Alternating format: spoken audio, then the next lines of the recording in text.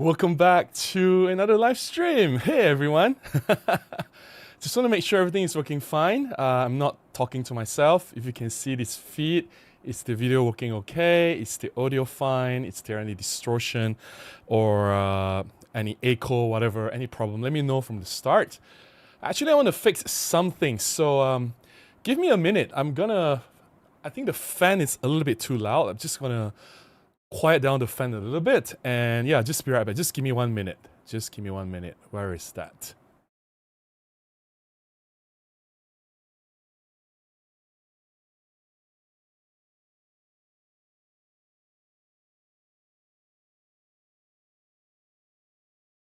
Okay, I am back.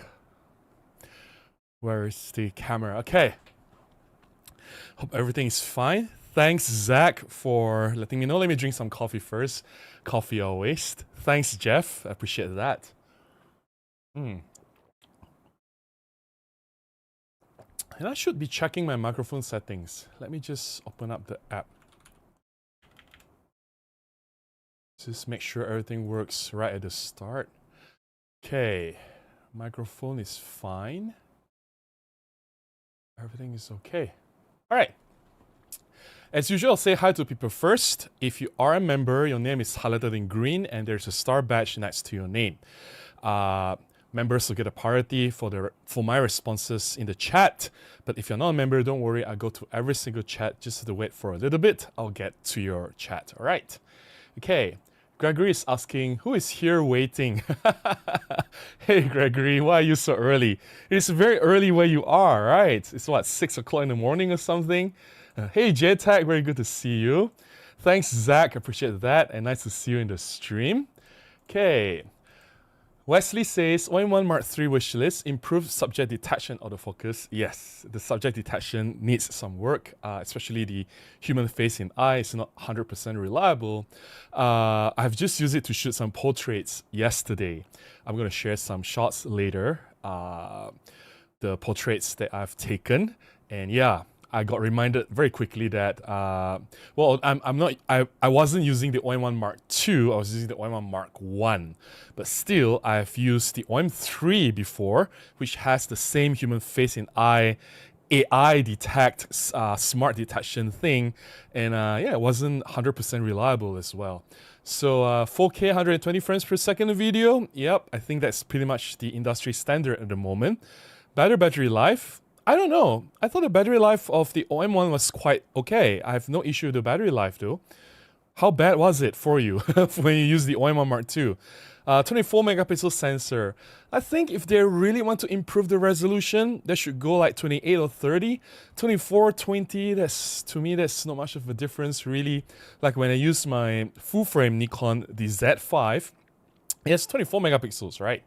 And compare the files to my 20 megapixels, the 4 extra megapixels, they don't make much of a difference.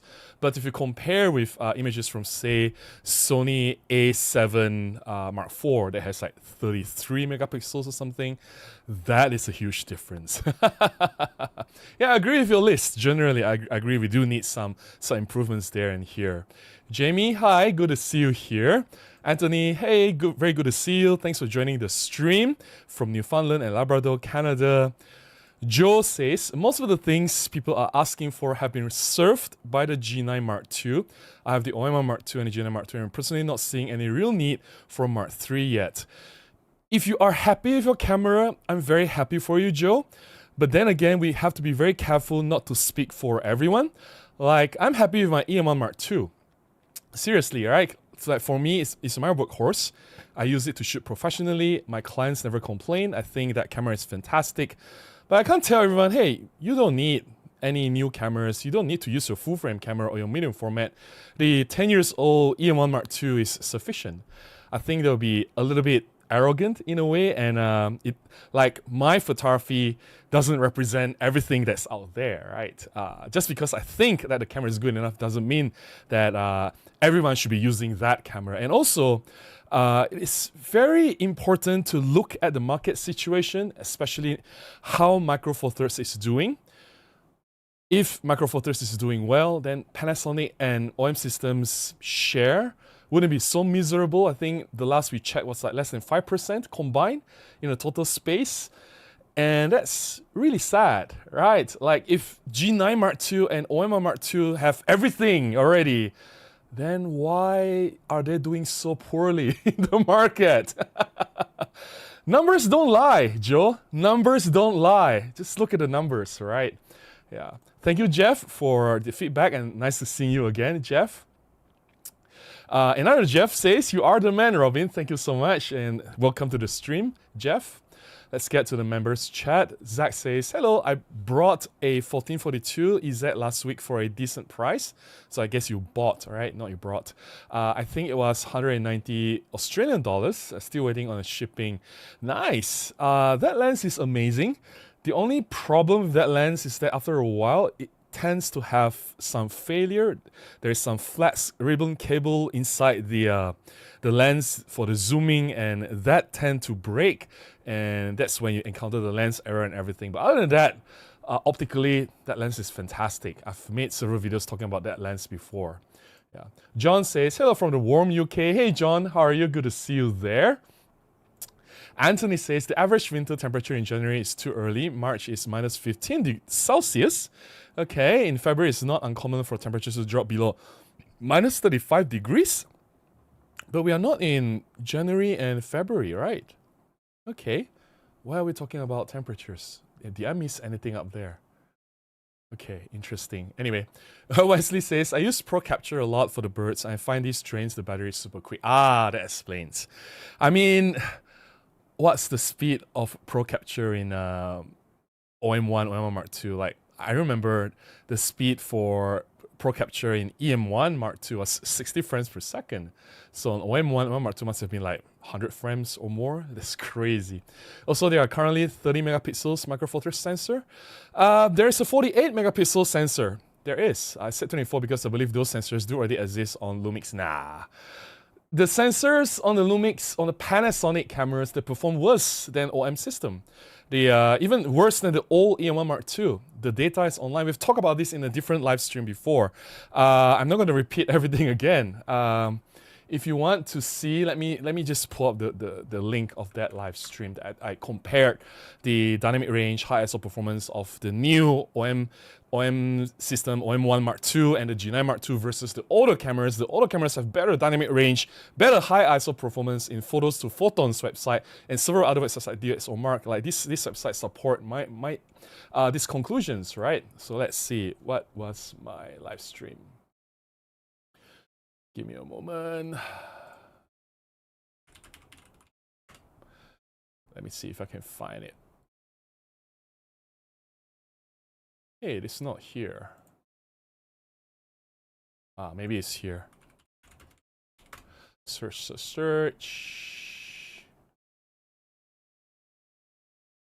Where did I put it?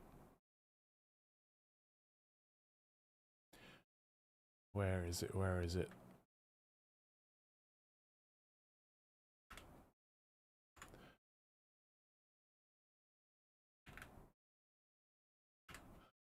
It is somewhere there, but I can't seem to find it. Wait. So it has to be here. Ah, found it. Okay. It was streamed 9 months ago. Oops. My camera is acting up. So I noticed that the camera will sort of like black out from time to time. So I don't really know what happened. It could be the cable connection, it could be the computer, it could be the camera. But anyway, it blacks out for a while and it comes back. So I have found this video that I was looking for, just looking for a way to pull up the link. Okay. The image quality comparison. Let me just put the link here. Okay, so the link is here. You guys can look that up. That's a previous live stream where I actually compared the dynamic range and the high ISO performance between different cameras, the newer ones, especially Macro Four Thirds, the newer ones versus the older ones. And it seems like the EM1 Mark II that I'm using now has better dynamic range and high ISO compared to the latest OM-1 Mark II and G9 Mark II. So that extra 4 megapixels is To me, completely useless. So they gotta do better, right? I'm not saying that they should just give up, right? No, they should do better. Give us more megapixels, give us more improvements in terms of image quality, right? I think we deserve that, being such loyal supporters, right? John says, I'm testing a new Viltrox lens on my Nikon Z52. Which lens is it, John? I'm curious.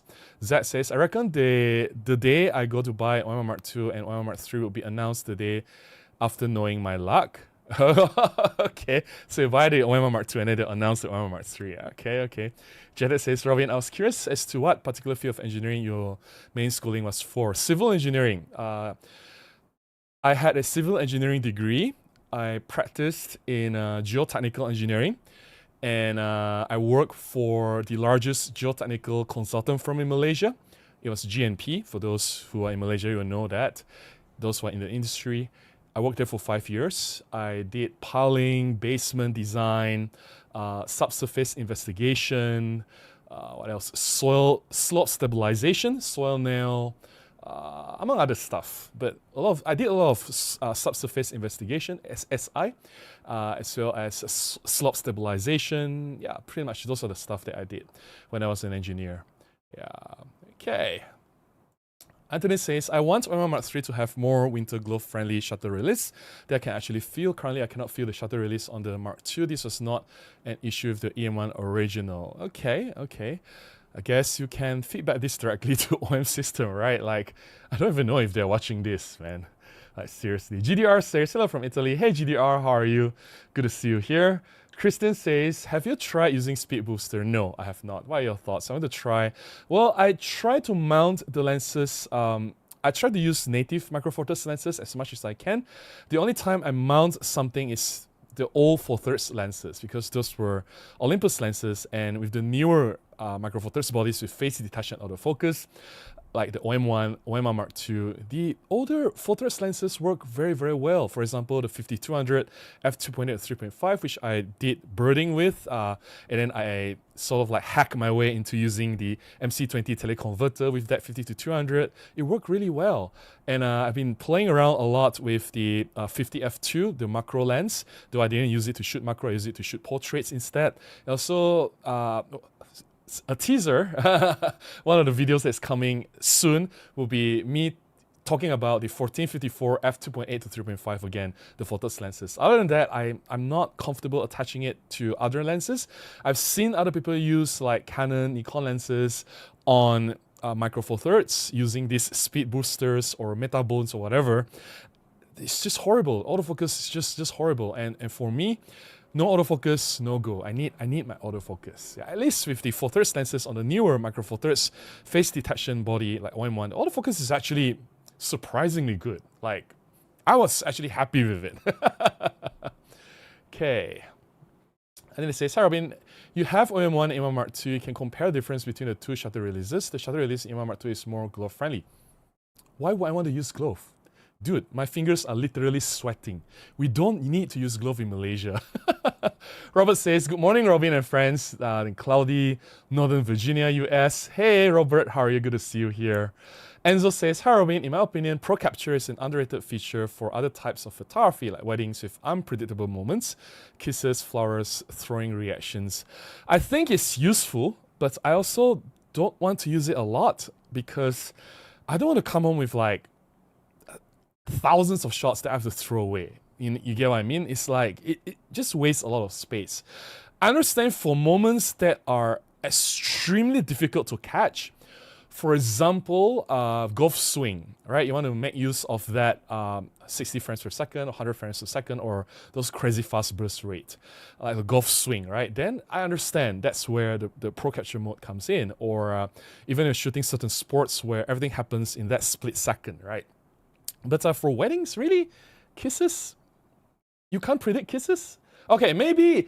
I see the difference here. You are probably in the Western countries. In Malaysia, we don't normally kiss out of nowhere. Like, it's not in our culture, but we do kiss during the wedding, right? Like when the priest announced that, oh, you're now man and wife, you may now kiss, right? And I mean, when they says you may now kiss, you are already prepared, right? Your focus is really locked on a couple, and when they kiss, you just click, click, click, click, click. just don't see how you can miss it, right? Especially like throwing the flowers thing as well. Like just wait and like you will see before the bride throws the flowers, she will have to like bend down or like swing the arm downward. I mean, if you shot enough weddings, you will know how to predict these things. Yeah, I don't see the need of Pro Capture. I use Pro Capture, don't get me wrong, but not for those moments. Like, and I've shot a lot of weddings way before OM-1 Mark II was launched, which means way before Pro Capture was available. If I miss all those moments, my clients will stop hiring me. Jay Perez says, you mentioned focusing issues with the first OM-1. Does the OM-1 Mark II solve these issues? Nope, they did not. KDIS says, I think OM-1 Mark III is a risk if it is a substantial upgrade from the Mark II. Not many will buy it, or if it isn't a substantial upgrade, or even get mad at OM Digital Solutions, then make it a substantial upgrade, right? Why not give it a substantial upgrade? Like, I don't understand. All right, I'm gonna give a pause here. Don't really have much updates, but let me drink coffee first. And hopefully the camera will not glitch again. Just now it glitched twice. There was like a black frame for like 1 or 2 seconds.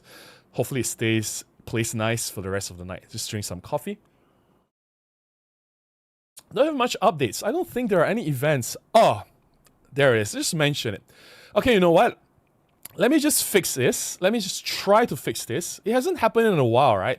Let me just try to fix this. What I'm gonna do is, what can I do? I've tried restarting the computer, that doesn't work. So what I can do is I can turn off the camera and reconnect the cable. So let me do that. Just give me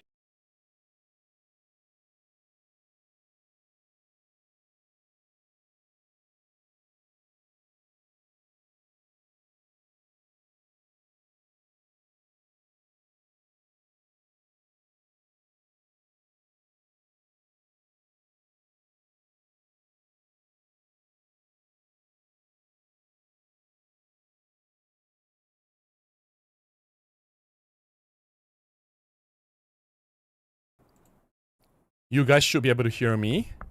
Okay, hopefully this fixes things. I hope. Okay. Like I said, nothing much happened. I think Malaysia, not much events. I know that the International Bird Race, which is an annual thing in Malaysia, is happening at Fraser's Hill. I was there last year. OM System Malaysia and YL Camera, they brought me up there. That was 1 year ago, exactly 1 year ago. I went up there, and that was the time when I tested the OM-5 Mark II, shooting macro and some birds. So I had 3 days to do that when I was in Fraser's Hill. This year, I did not receive an invitation from OM System Malaysia. I know that if I ask, they will accommodate me. They will actually bring me along. But I also realized that, you know, people go there to work. Like, they actually go there to set up booths and get people to try the cameras and lenses and try to sell cameras and lenses. And YL is the YL Camera and OM System. They are the organizers of this event, so they have a lot to do, right? So me being there, of course, they'll have me. Like, they will be happy to have me, and I'll be happy to be there. But I will actually cause a lot of unnecessarily problems, or they need to, like, you know, take care of me and everything. So yeah, if they didn't invite me, so I wouldn't go. So yeah, that's the event at Fraser's Hill. But if you want to go up there, you probably will have a hard time finding accommodation. I think it's probably full by now. It's been full for a few months already, because like thousands of people from all over the world will be going to this event. So yeah, that's the only thing that I know. We have a super chat. Let me get to that first. Super chat. Hey, Best Sam, how are you? Best Sam says, hi Robin, huge fan. Thank you so much. Thanks for being here. Do you think the color profile switch from the OM3 will ever come to the OM1? It's so fun. Also, do you have recipes of yours? No, I don't think so. And I don't use it. That's why I don't have recipes.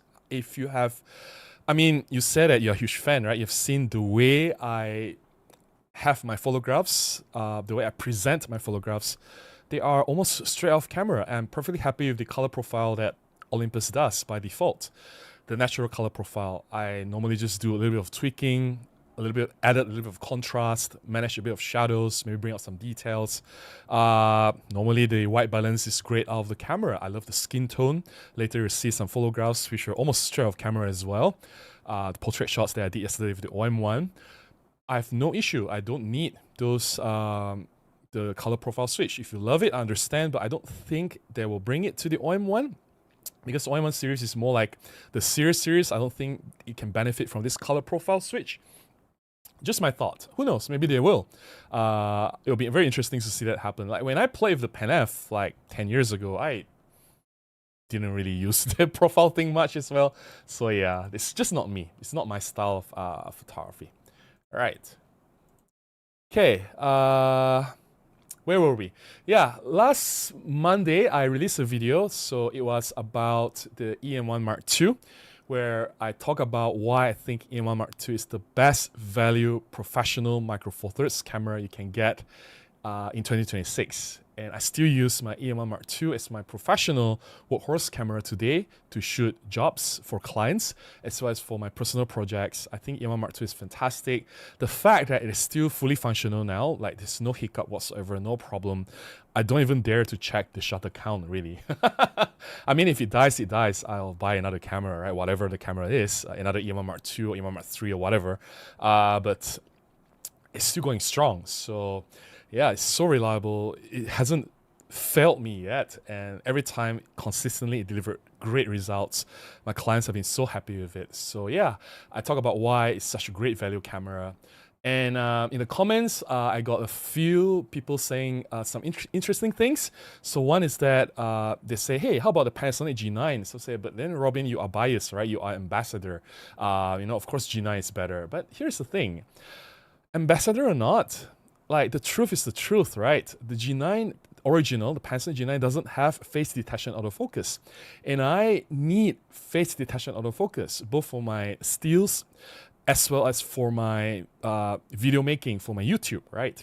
So the things that I shoot, if you have seen like dance, theater, mini concerts, events, things do move, and I do rely on the continuous autofocus, and the EM1 Mark II having face detection autofocus will give me much higher hit rate compared to the continuous autofocus on the G9. So it affects my income, my jobs, right? That's number one. And for my YouTube video, I've tried the G9. It was a nightmare. It just like 1 minute of recording of me, my talking head, like straight on the camera, it drifts away for like 4 or 5 times. It just briefly drifts to the background and come back, like for no reason. It just the focus will just run away. And I cannot have this because I need a camera that's reliable enough. When I set up the camera on the tripod, I hit the shutter button. I need it to record me and keep me in focus and stick with me until I stop recording, right? I can't have the camera randomly decide not to focus on me. So that's the reason why I don't think G9 is a very good choice. I understand opinion is subjective. If you love your G9, don't let me say anything to dissuade you or to convince you otherwise, right? If it's your favorite camera, then of course it's your favorite camera. I'm not here to prove you wrong or anything. I'm just saying the reason why I don't list it as a best value camera is it doesn't have face detection. If it has face detection, oh my god, I guarantee you it would have smoked the EM1 Mark II. Because the G9's video capabilities is really good, right? Like we all know that. And yeah, like I don't see any reason how EM1 Mark II can beat the G9 if the G9 has face detection autofocus. That's the truth. And some people say, oh, but the EM1X is better because the EM1X has a better autofocus. I'm not like, and better burst rate. But then again, I work for Olympus and I was the visionary. And I was told directly from the engineers that came from Japan that after the firmware 3.0 on the EM1 Mark II, the autofocus is exactly the same as EM1X. EM1 Mark II, the firmware 3, they brought the EM1X algorithm, autofocus algorithm, to the EM1 Mark II. So it has the exact same autofocus. In fact, the first video, you can check in this channel, the first video that I did on this channel was about the firmware 3.0 for EM1 Mark II. First video, right? Which I edited with Windows Movie Maker and I used a $2 microphone. I did not know what I was doing. I really have no idea what I was doing in that first video. But yeah, I talk about how the EM1 Mark II has the same autofocus as EM1X. And burst rate it's exactly the same. 60 frames per second for single autofocus, electronic shutter. I think it was 24 frames per second or something. I can't remember exactly for continuous autofocus. 20 frames per second continuous autofocus, and then there's like 15 frames per second mechanical shutter for single autofocus, and 10 frames per second for continuous autofocus. I mean, I knew these things, these facts, they are still stuck in my head, right? And I say, but here's the truth. Both EM1X and also EM1 Mark III here in Malaysia, they are significantly more expensive than EM1 Mark II in the used market. If you can find EM1X at the same price as EM1 Mark II, then I can understand that, okay, fair. I can understand why it seems like it's a good value, because EM1X has better build quality. It has some newer features like a bird detection autofocus after the firmware upgrade. It has a heat sink for those who use the camera and don't want it to overheat easily. It has a live ND feature. It has handheld high-res. It has certain things that the EM1 Mark II doesn't have. I understand. EM1 Mark III as well, live ND, handheld high-res shot, right? All those new features. If you can find them at the same price, but in Malaysia, no. In Malaysia, EM1X, EM1 Mark III is about 50%, sometimes twice as expensive as the EM1 Mark II. So the way I look at the local market, it doesn't make sense, right? Still at that price, about $400 US, EM1 Mark II here is still the best value micro four thirds camera. Yep, that's it. I've said that. Other than that, any other updates? No updates that I can think of. Yeah, this weekend. Yeah. All right, I guess we can dive right into the topic. All right, let's talk about today's topic for this live stream. Is OM-1 Mark III coming this year? I think it is. I have a very good feeling it is. When was OM-1 original launch? Let's see. OM system, OM-1. I don't have it in my head. Release that date. Okay. So it was launched in March 18, 2022. So it has been 4 years now. 2, 3, 4, 5, 6, right? So it's been 4 years since the OM-1 original. And OM-1 Mark II was launched about more than 2 years ago, right? But the OM-1 Mark II has very small upgrade compared to the original OM-1. It's just a minor upgrade. In fact, it's about 99% the same. Some people claim that, the autofocus is better. It has better buffer, blah, blah, blah. Seriously, it is the same camera. I've tested it. Same problems, whatever mistakes or the issues. There it is again, the blackout. I guess there's no way to fix it today. I don't know if it's gonna get worse or not. I guess we just have to bear with it. Okay, whatever problem that I've encountered with the OM-1 original, it is still in the OM-3, it's still in the OM-1 Mark II. So it's been a while, and it's about the same camera, right? So I wouldn't count the time from the OM-1 Mark II because, like I said, OM-1 Mark II and OM-1 original they are both about the same camera. So I will count from the original OM-1 in 2022. So it's been 4 years. 4 years. And I think it's about time we have a true successor to the original OM-1. Not the OM-1 Mark II, because that's not really a successor. They could have marked it like OM-1S. A minor upgrade. Or OM-1V. Like just a small mark at the end, not like Mark 1, Mark 2, Mark 3, but like small letter like S to show that it's just a tiny upgrade. They did it with the EM10 Mark 3S. Why don't they do it with OM-1S? Right?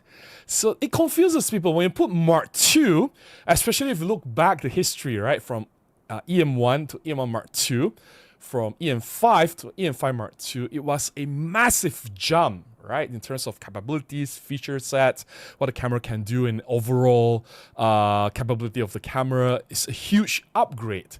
Like EM1 Mark II from EM1 is like everything is improved, right? So the fact that they use Mark II and yet it's just such a tiny upgrade, it confuses people. It could have been OM-1S and it could have avoided a lot of problems, a lot of complaints that people have, like, this is a successor, but it's basically the same camera, and they didn't fix the problem, right?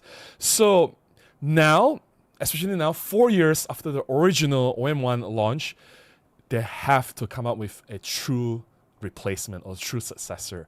And this is where the OM-1 Mark III will be a very important product.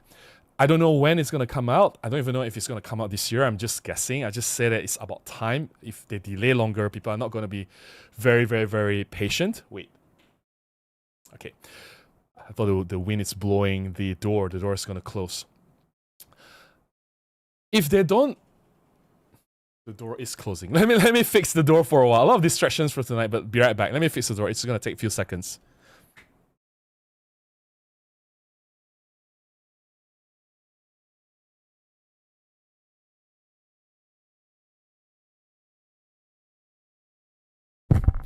I am back. The wind is blowing from the window, which is a good thing because it keeps me cool. But it also means that this light box might fly off or fall down anytime. So if that happens, don't worry, there's no ghost, nothing supernatural, it's just the natural wind, right? Yeah, I'm just gonna leave the window open now. If it falls down, it falls down. Just warning you guys in case you guys got shocked. Oh, something weird happens. Okay, OM-1 Mark 3. They have to update it this year, right? And yeah, if they do, what do you want to see in the OM-1 Mark 3? Or what are the things that you think are missing in the original OM-1, OM-1 Mark 2? And what could be improved in the OM-1 Mark 3? At the top of my head, I want a new sensor, all right? Like seriously, something that can give us a significant jump in terms of image quality. Hopefully resolution, at least 30 megapixels, 30, 32, if not 28. Better dynamic range, at least one stop, you know, better high ISO. I know a lot of people say, oh, but we have denoise now, blah, blah, blah, blah. But then again, you don't always have time to run through the denoise software. Sometimes in my line of work, when I shoot for my clients, I literally take out the SD card and pass it to my client, and they take the photos from there directly. Do I tell my client, oh no, don't use the photos first. It's very, I use ISO 12800. You need to run through the denoise software. You can't do that. You know, and the clients are looking at you like, you can't do the job. Off you go. I'm going to hire someone who can. Someone that uses full frame and never complains about high ISO noise. You know, like you can't just rely on software all the time. Like there's a difference between a true working photographer and a hobbyist. I'm not looking down on people, or I'm not like trash talking or anything. I'm just saying that in a real world situation, like when I need to deliver shots, when you're in pressure, right, in a high stress situation, you don't have time. You really don't have time to play around with the software and wait around and you know, rely on this software magic, AI magic, whatever. You don't. Sometimes you have to be on your feet. You have to move very quickly.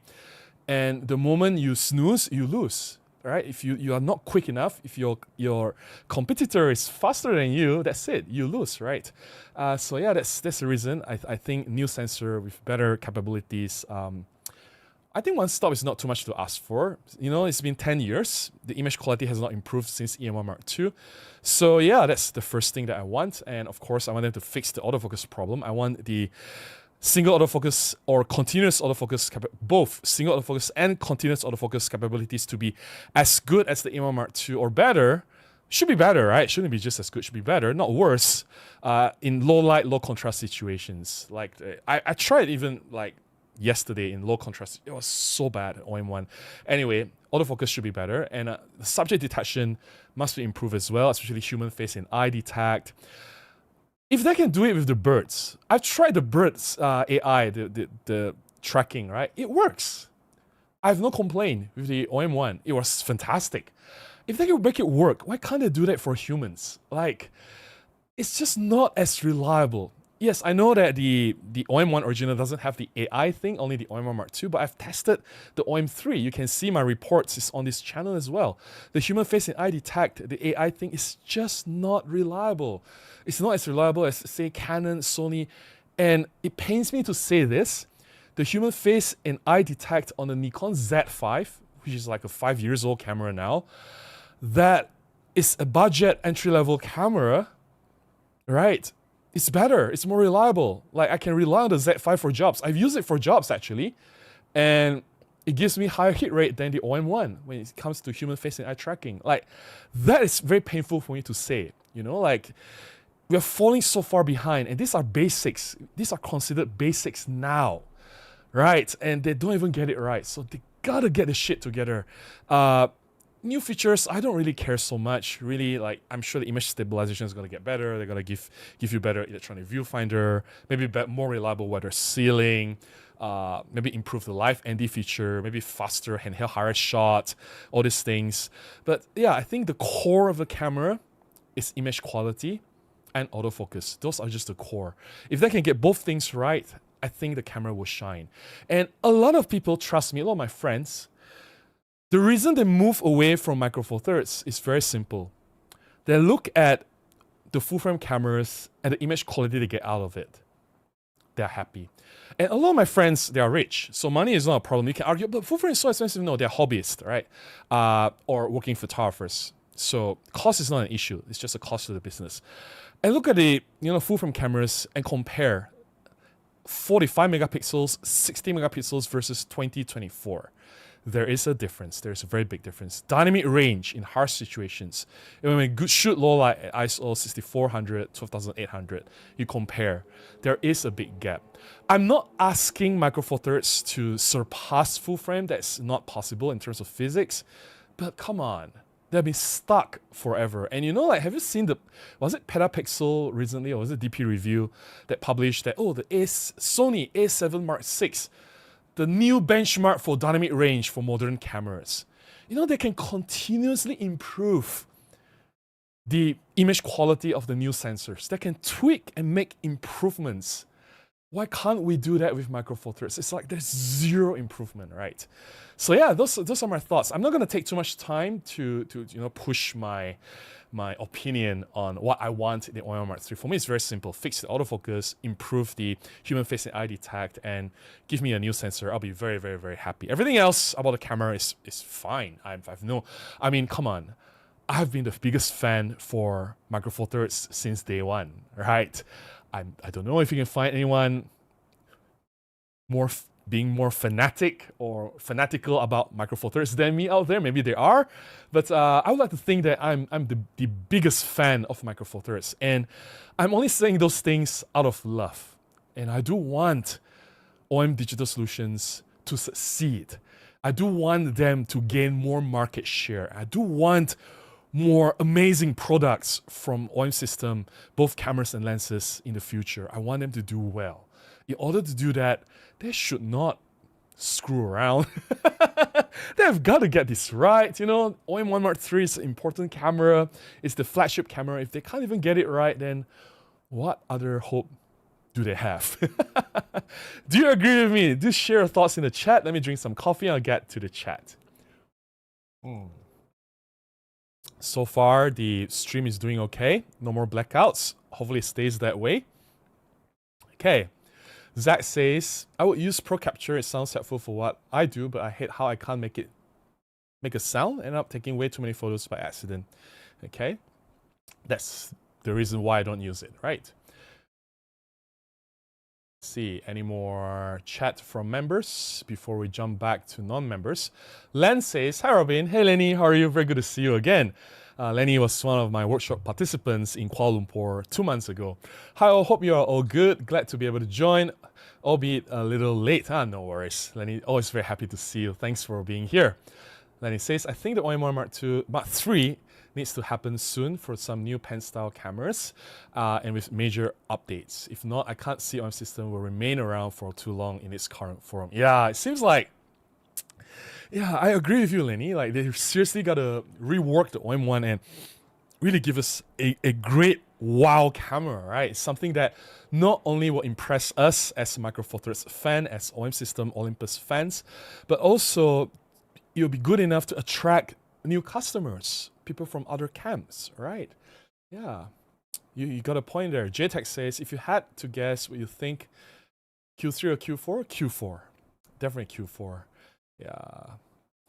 Azha says, hey Robin, huge aircon. Where do you think OM system is heading with launch of OM-1 Mark III? I love Olympus since EM5, but as a casual photographer, it feels we're an adopted child, literally translate. I think OM-1 will continue as a series to target the wildlife photographers. I don't think they will change. I mean, I've been very vocal about this. doing wildlife or targeting wildlife was never a good idea. And it never worked. If it has worked, it would have worked by now, right? The fact that the market share is so miserable shows that Micro Four Thirds is not really a good choice for wildlife. It's just a fact. You can argue all you want. Like I said, numbers are numbers. They don't lie. I wish they'd stop doing wildlife, but that's not up to me. I think they are too deep into it. They have another 5 years, 10 years plan on how to target wildlife photographers. If they continue to do that, it's not hard to see that that's the direction that they are heading with the OM-1 III. More wildlife photographers, right? Yeah. To me, that's not a right decision, but hey, who am I to tell them, right? Lenny says, I would like to have a new sensor, 30 megapixels. That's what I said already. Top of the line autofocus algorithm that work in low light and at speed and hits focus every time. They are the main things they need to concentrate on. Funny enough, the OM-1 II was surprisingly good in low light. Like seriously, I've shot in some ridiculously dark situations and it still focuses. Slower, yes, slower, not slow, slower, yes, but it still works. And I was like, whoa. My eyes look at the thing, it's like black, it's dark, right? Let's try. Wow, it focuses.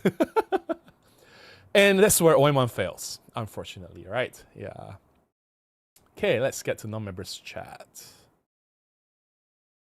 Irvin says, on your last live stream, I asked about the focus problem on my 9-year-old OM-1 II, but now it's sorted itself out just fine. Still a great camera, no plans to upgrade or spend the money on lenses. Did you do a hard reset or something?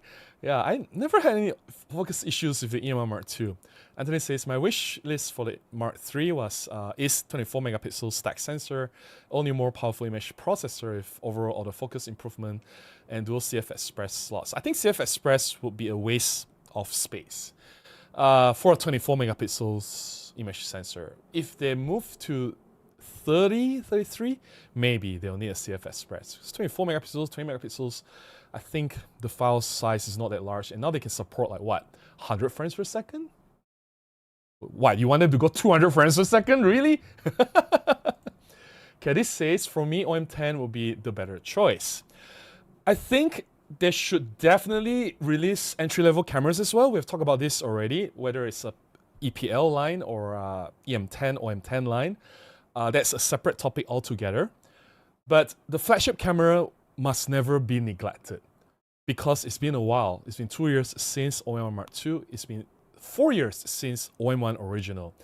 And if you want to discount or put aside the OM-1 II because it's such a tiny upgrade since the OM-1 original, from the OM-1 original, then it's been 4 years. And if they don't get the flagship camera right, how then can you inspire confidence for people to buy your low-level products? If your flagship is not performing well, then people will not go for your entry level, right? So I think the flagship, they gotta get it right first this time.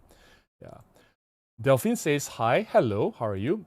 Joe Stone says, greetings from sunny Florida. Hey, Joe Stone, good to see you here. Afdal says, hi Robin, is OM-5 Mark III worth upgrading to OM-5 Mark II based on the new UI alone? Not the new UI. If I want to upgrade, I'll upgrade for USB charging, I'll upgrade for... what are the features? I don't remember all that many new features in the OM-5 Mark II now. But first of all, are you happy with the OM-5 Mark III? If you are happy with the image quality, if you're happy with the autofocus, basically it's the same, exactly the same with the OM-5 Mark II, right? Yeah, to me, I'll probably stay with OM-5 Mark III unless you want the new UI, unless you really need the USB charging, or USB-C. Other than that, I'll just stay with it, right? Comment Maran says, hi there, Robin. Hey, how are you? Glad I made it in time. Excited for the OM-1 Mark III. I'm hoping for new innovations. Yeah, they really need to do some improvements this time, like serious improvements. Yeah. Okay. Let's see. Next, Santix. Hey, Santix. How are you? Good to see you here. Yeah, I'm doing quite well. I wish you did the same. Dave says, I heard someone use gloves to protect a camera from sweat. I don't know, man. Well, the camera is weather sealed, so I wouldn't worry about the camera not being able to handle my sweat. Anthony says, I think any higher than 26 megapixels is unrealistic. Really? Oh, pixel density. Oh, we've talked about this so many times. Like, how many times do I have to repeat myself, right? It just doesn't make sense. There is 48 megapixels micro four thirds sensor out there. It's just that we are not using them. And just by having a 30 megapixels, 40 megapixels, all this like pixel density, blah, blah, blah, blah, blah, causing image quality issue, they are nonsense. Trust me, they are nonsense. Yeah, I don't know who pushed this nonsense in the first place. Like, people keep saying, right, oh, you have too much megapixels. Like, the higher the megapixel is, the less the image quality is, you will lose dynamic range, you will get worse high ISO performance. That's so not true. Look at the A7R Mark VI. Was it Petapixel that said, oh, the new benchmark for the best dynamic range camera ever? And that's a very high megapixel count camera, right? Tommy says, greetings. Question, why there's no consumer camera using Sony? I don't know. Ask the consumer cameras, not me. Kelly says, if I remember correctly, the GH5S 10 megapixel is actually 40 megapixel sensor that they connect 4 pixel. I don't think so. GH5, no. GH5S is 12 megapixels, right? GH5S image sensor. Oh, it's a 10 megapixels multi-aspect ratio. Oh, multi-aspect ratio. Interesting. Oh, it has 12 megapixels, but because of the multi-aspect ratio thing, it's reduced to 10, which was not a very, very good decision. Nope. No mention of whatever you're talking about. That is just a rumor. It's not a 40 megapixel sensor. It's just a 12 megapixel sensor. It's not a 40 megapixel sensor. I don't think that's true. So it says, I did an impromptu street photography last Sunday behind Fahrenheit while waiting for people. That's awesome. That area behind Fahrenheit, I would walk further up to Imbi, and then like instead of turning left to TRX, I'll turn right into Imbi, the shops behind. Those areas quite fun to explore. Yumi says, hi everyone. Hey Yumi, how are you? Good to see you. Kamiyat Myron says, oh yeah, really curious about the SG Image 25 f1.8. It's autofocus. I know it's no go for you if it's not autofocus, so I hope it passes your test drive. I don't know. Like, we have quite a few 25 already. We have obviously the Olympus 25 1.8. We have the Panasonic 25 1.8. We have the the Panasonic 25 1.7. We have the Yongnuo 25 1.7. What other, like, it's not like we don't have options, right? Why another 25? I know options is not a bad thing, but is there something particularly good about this new lens? Looking at the size, I'm sure making it so small, there will be compromises in terms of optical formula. I don't know. Yeah, I'm not being very hopeful here. Something says, did another impromptu walk near Jakil Mall. Oh, that's nice. That's Dangwangi crossing over to Chowkit area. Yeah. Daryl says, Pandan. Yes, Pandan is nice. Surimuka. Went to YL Fair, Suntix. Nothing really interesting. Yeah, that's what everyone told me, right? Andrew told me as well. Andrew is not here. Andrew is so nice. He dropped me a text saying, "Oh, I can't join your live stream tonight. I'm busy. I have a run event." I'm like, "Dude, I'm not your boss." He's so nice. Yeah, and yeah, Andrew told me he went to the IOI Mall and for the YL camera fair. And yeah, this seems like there's not much happening this year. Yeah. Did you go to any of the talks, Suntix, any of the events? John says, I think OM Digital Solutions needs to bring a Pan FT Mark II before they bring Pan FT Mark II. Was there ever a Pan FT Mark I? Before they bring OM-1 Mark III. I know that interviews with the powers that be have indicated that this is not an agenda, but still, yeah. I don't remember there being a Pan FT Mark II, Mark I. Enzo says, speaking of full-threads lenses, I would love to see a lighter version of the 1435. Yeah, that would be awesome, right? And maybe launch that together with the OM-1 Mark III. That would be a dream come true. 1435 f2, yeah.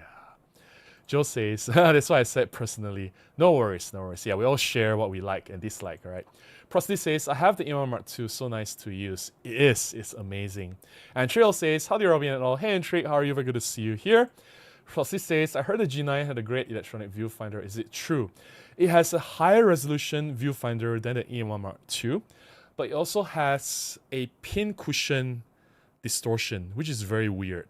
Like Olympus viewfinders, they always put very good optics. They're very proud of it. That's one of the things they emphasize on by the engineers. They really use very good glass.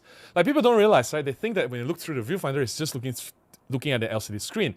Before you look at the LCD screen, there are a series of lenses, like, I don't know, a stack of like 7 or 8 lenses before the viewfinder to make sure that there's no distortion and everything is sharp when you view it through the viewfinder, right?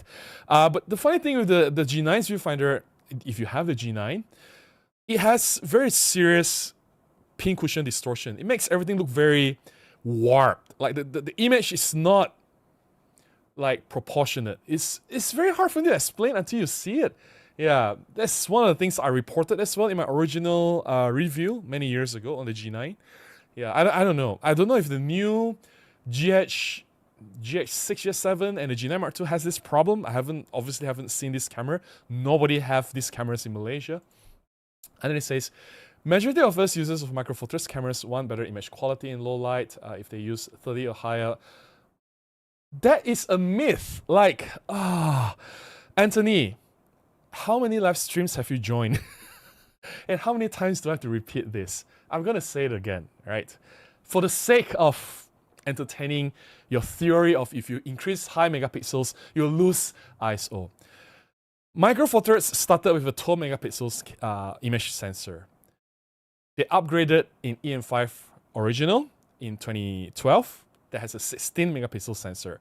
The 16 megapixel sensor has one stop better dynamic range and one stop, actually more than one stop if you really measure, better dynamic range and better high ISO performance compared to the 12 megapixels. And then they introduced the 20 megapixel image sensor not long after that in EM1 Mark II that has way higher dynamic range and way better high ISO performance compared to the 12 megapixels. And of course, it's also a significant improvement from the 16 megapixel sensor. It's just a gap of a few years. It's not like a span of 10, 20 years. It's just a few years, right?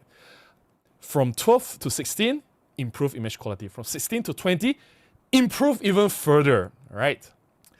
Some will say, oh, but Robin, it's not EM1 Mark II, it's PanF. But the PanF image sensor is not as good as EM1 Mark II. It's a different image sensor.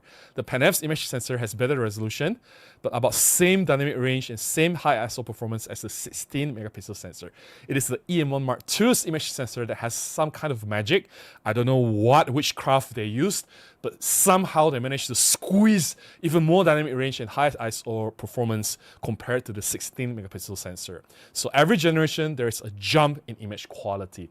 And that jump stopped, like flatlined after EM1 Mark II. We don't see any more jump after that. If you don't want to talk about Olympus, let's talk about other brands. Nikon, let's say compare the Z6 or Z6 compared to Z7. Z6 has what, 24 megapixels, Z7 has 45 megapixels. The higher megapixel sensor has better dynamic range, better high ISO performance. You can check this in DxO Mark, you can check this in Photos to Photons. Let's go to Canon. The R6 versus 20 megapixels versus R5, which has 40 something megapixels. The R5 technically has double the pixel count of the R6, has better dynamic range, has better high ISO performance. You can look at the graph. It has been proven again and again and again from Canon, Nikon, Sony. Sony A7R Mark VI has 60-something megapixels. It's the best dynamic range, right? And also the A7R Mark IV, Mark V has 60-something megapixels compared to, say, A7 Mark IV that has 30-something megapixels. Again, double the pixel count. Again, you can look at the graph, better dynamic range, better high ISO. This thought of increasing pixels and losing high ISO, I don't know who said this. Maybe it was true 20 years ago, but that is not a fact today. That understanding is so wrong.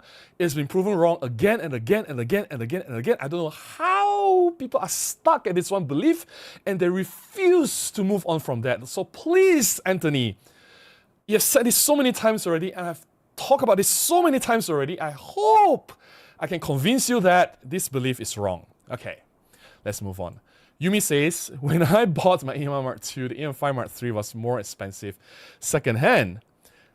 Yeah, that's why I said EM1 Mark II is like the best value professional Micro Four Thirds camera today. And if I were to be honest, based on data from Photos to Photons and some of the sites, the test, EM1 Mark II has the best image quality of all Micro Four Thirds camera today. Yeah.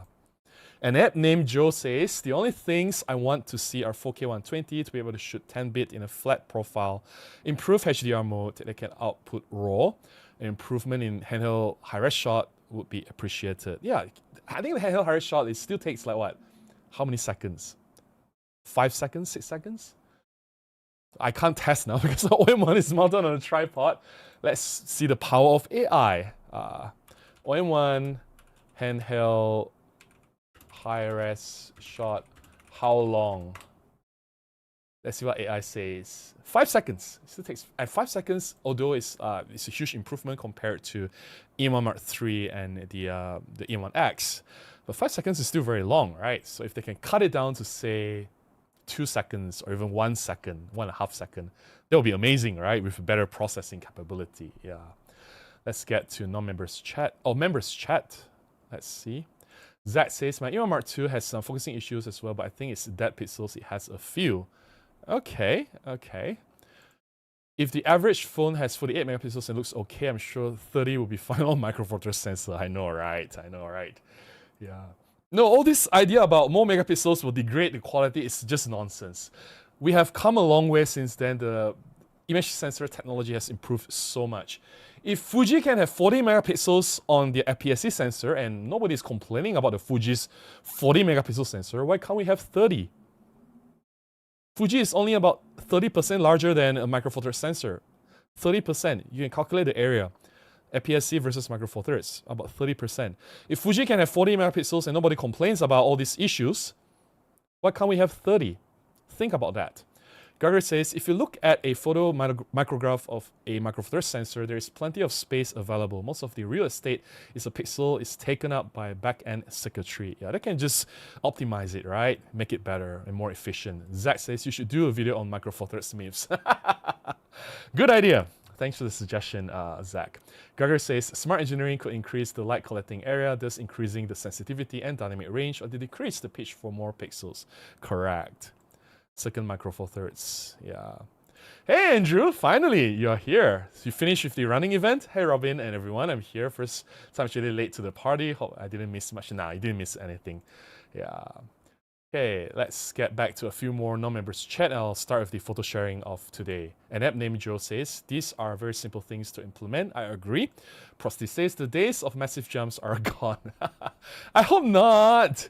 If Sony can still come up with the sensor that has the best dynamic range, the new benchmark, then come on, Micro Four Thirds, you can do it. Daniel says, isn't this the 90th anniversary year for the company overall? Really? Not true. You talk about Olympus, right? Well, OM system is not Olympus anymore. OM system was what? 7 years now? When was OM Digital Solutions formed? 7 years now, I think. 2020, 6 years. So it's been 6 years now, OM Digital Solutions. So yeah. And app named Joe says, I guess the biggest clue that something is coming is the change in majority ownership recently. Or they could be taking time slowly and rework the whole strategy. I don't know, right? There could be, you know, like, hey, let's not rush things and get it right this time and really get things right. Yeah. Anthony says, my wildlife kit right now is OM Mark II with 150 to 600. I have occasionally had to use 8000 ISO when in a pinch, and I was more than surprised how good the image quality is at such high ISO. Yep. Actually, Micro Four Thirds high ISO is fine. But having said that, I'm happy with my EM1 Mark II's image quality. But having said that, it doesn't mean that they should stop improving, right? They should push the boundaries. Whether we want to upgrade or not, it's good to know that the camera brand that we use, they are continuously trying to get better. That will be more comforting to know, right? There'll be a confidence that we have that, they are still doing the thing, they are pushing the boundaries, and we can still enjoy our photography. We can upgrade if we want to. Yeah. Daryl says, I love my Pen F and EM10 Mark III's, but sometimes I just have to shoot fully manual film camera. Okay. Black Tailgate says 30 seems to be the sweet spot. Yeah, I know, right? We need at least 30 megapixels. Anthony says, right now I'm currently pre-developing my high ISO photos in DSO Pure RAW. Okay, good for you. But then again, like, if you have to deliver your shot to a client, are you happy delivering straight out of camera? Because to me, I need to do that from time to time. Vabagamuka, hey, how are you? Good to see you here. Good evening, Robin. Good evening to you. Woborg says, do you find the EM1 Mark II more premium feeling compared to the OM-1? So this was brought up in a comparison. I think they are both okay. I think the build quality is about the same. I don't feel that OM-1 is better or EM1 Mark II is better. I think they're both the same. But I would say this though, that OM-1 might have better shutter mechanism. The shutter will last longer, the shutter life, that's one. And the OM-1 will have better sealing than the EM1 Mark II. Not that the EM1 Mark II's sealing is bad to begin with. I mean, it's Olympus, they know what they're doing. But over the years, of course, the technology and the expertise on the sealing has improved. So I would confidently say that OM1 Mark II's weather sealing is better than the EM1 Mark II. Yeah. Daniel says, would love to see them implement some computational photography like in the camera stacking. Give me all the photos and finish stack when the image is taken. Isn't that already implemented? Like in live composite, handle high-res shot, and focus stacking? What are you talking about? Like it's already stacked, right? An app named Joe says, haven't OM suggested they'll stick with the same sensor but use computational tricks to improve? No, they never said such things. They're just saying that they're exploring the options of using AI to upscale the image. Like they say that maybe they will not improve the resolution drastically. Maybe for high resolution shots, they'll just use AI, which I don't think is a good idea. If we want to use AI, we'll use AI, but I don't want the AI to be in the camera, like messing things around. Yeah. Santik says, high ISO with much better noise, 16 stops dynamic range. 16 stops is a bit hard to ask for. Santik's 16 stops from RAW is not the same as 16 stops using those computational trick in what that you hear from like DJI Pocket 4 or Insta360. Those are fake dynamic range. I think if you can get like 12 stops, it's a miracle already. Yeah, potentially better video specs to compete with GH7. I think for me, I'm not speaking for everyone. For me, I'm okay if the video specs are not as good as Panasonic, like my EM1 Mark II. Obviously, EM1 Mark II is a 10 years old camera. It's nothing like all the newer cameras today, right? But I'm happy making my videos. I don't think you guys have any complaints looking at my videos with the EM1 Mark II. It's still sharp. The colors are okay. The focus stays on me. Like, everything works. Image stabilization works. Everything is fine. Like if people want best of the best in terms of video, they can always go for Panasonic. And it's good to have these options, right? I like that. When I pick up an Olympus camera or an OM system camera, I like to feel that, hey, they optimize this camera for photography. That's a good feeling to know. And I'm a photographer, right? I'm okay having subpar video. I know not everyone will agree with this, but there's Panasonic and they're doing so well. And we all agree that GH7 is a good video camera, right? No one's disputing this, right? Let me get this clear. I'm not saying GH7 is bad in any way. Like it's good, right? Then let them have their cake, right? Yeah. I'm gonna put a pause here because it's 3 minutes past 11. All right, and I'm gonna jump into my first photo sharing. Let me drink some water first. Gotta stay hydrated.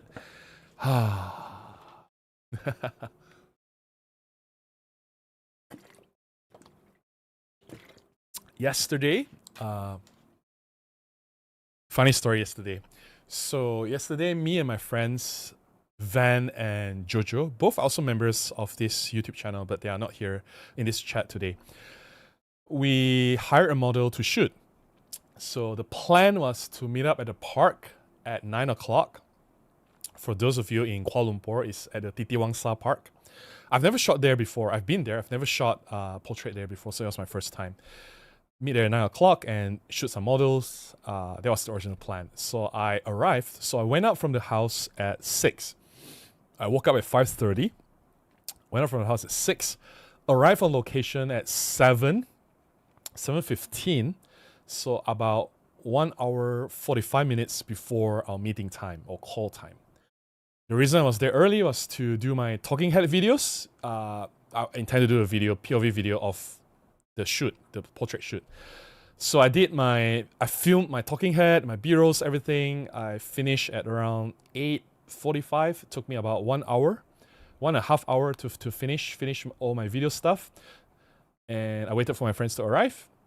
Just before everyone arrived at 9, it rained. It was pouring like cats and dogs. So we were like, it's just our luck. So we made a change of plan.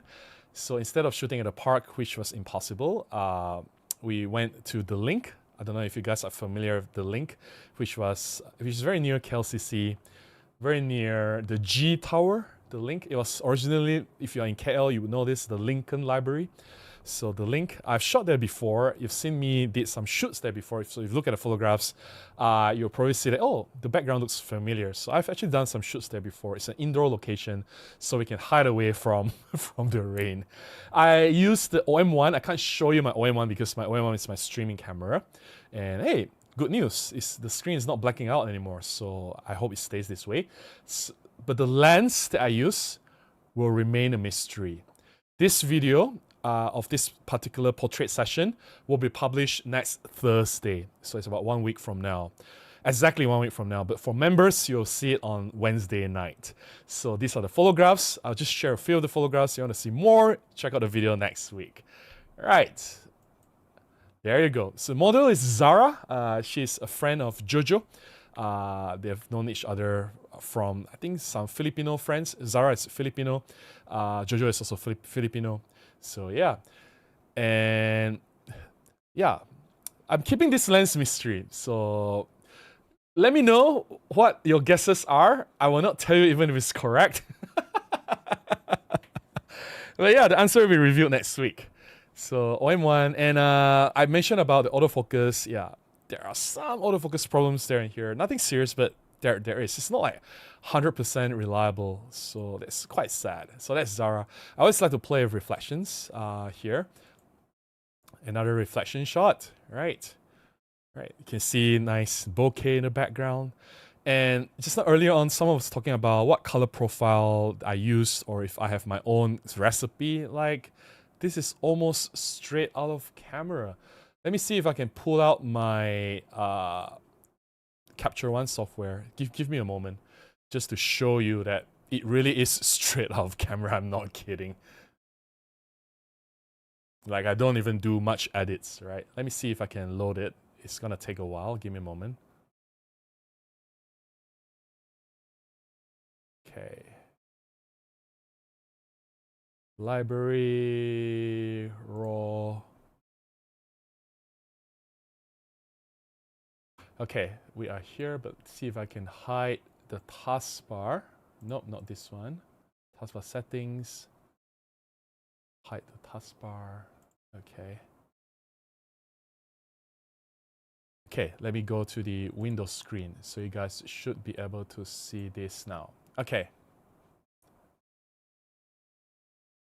So yeah, where was the edited one? I should go to the filter. Where is my filter? Let me find adjusted. Yes. These are all the adjusted shots. So this photo, let me just reset. What was the trick? Was it? Oops, sorry. Nope, that's not what I wanted. Anyway, I forgot the shortcut to show you the before and after. But what I can do is I can do this. Hey, wait, why did it jump away? I guess I can't use this. Hey. I can't use that. It just jumps away.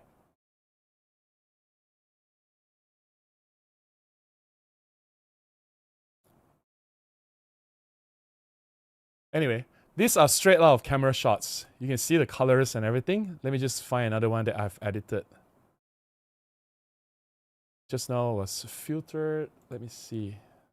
This was all the edited ones. Ah, it just jumps away. Why can't I just go here specifically?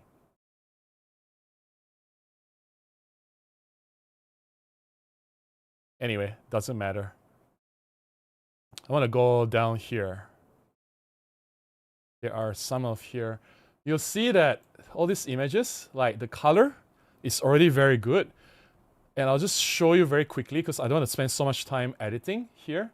I just want to show you very, very quickly that if I were to edit this particular shot, wait. Something is not right. I'm adjusting the exposure slider, but things are... What's happening? Oh my god. There's a glitch in this software. Something is not right. Something is not right.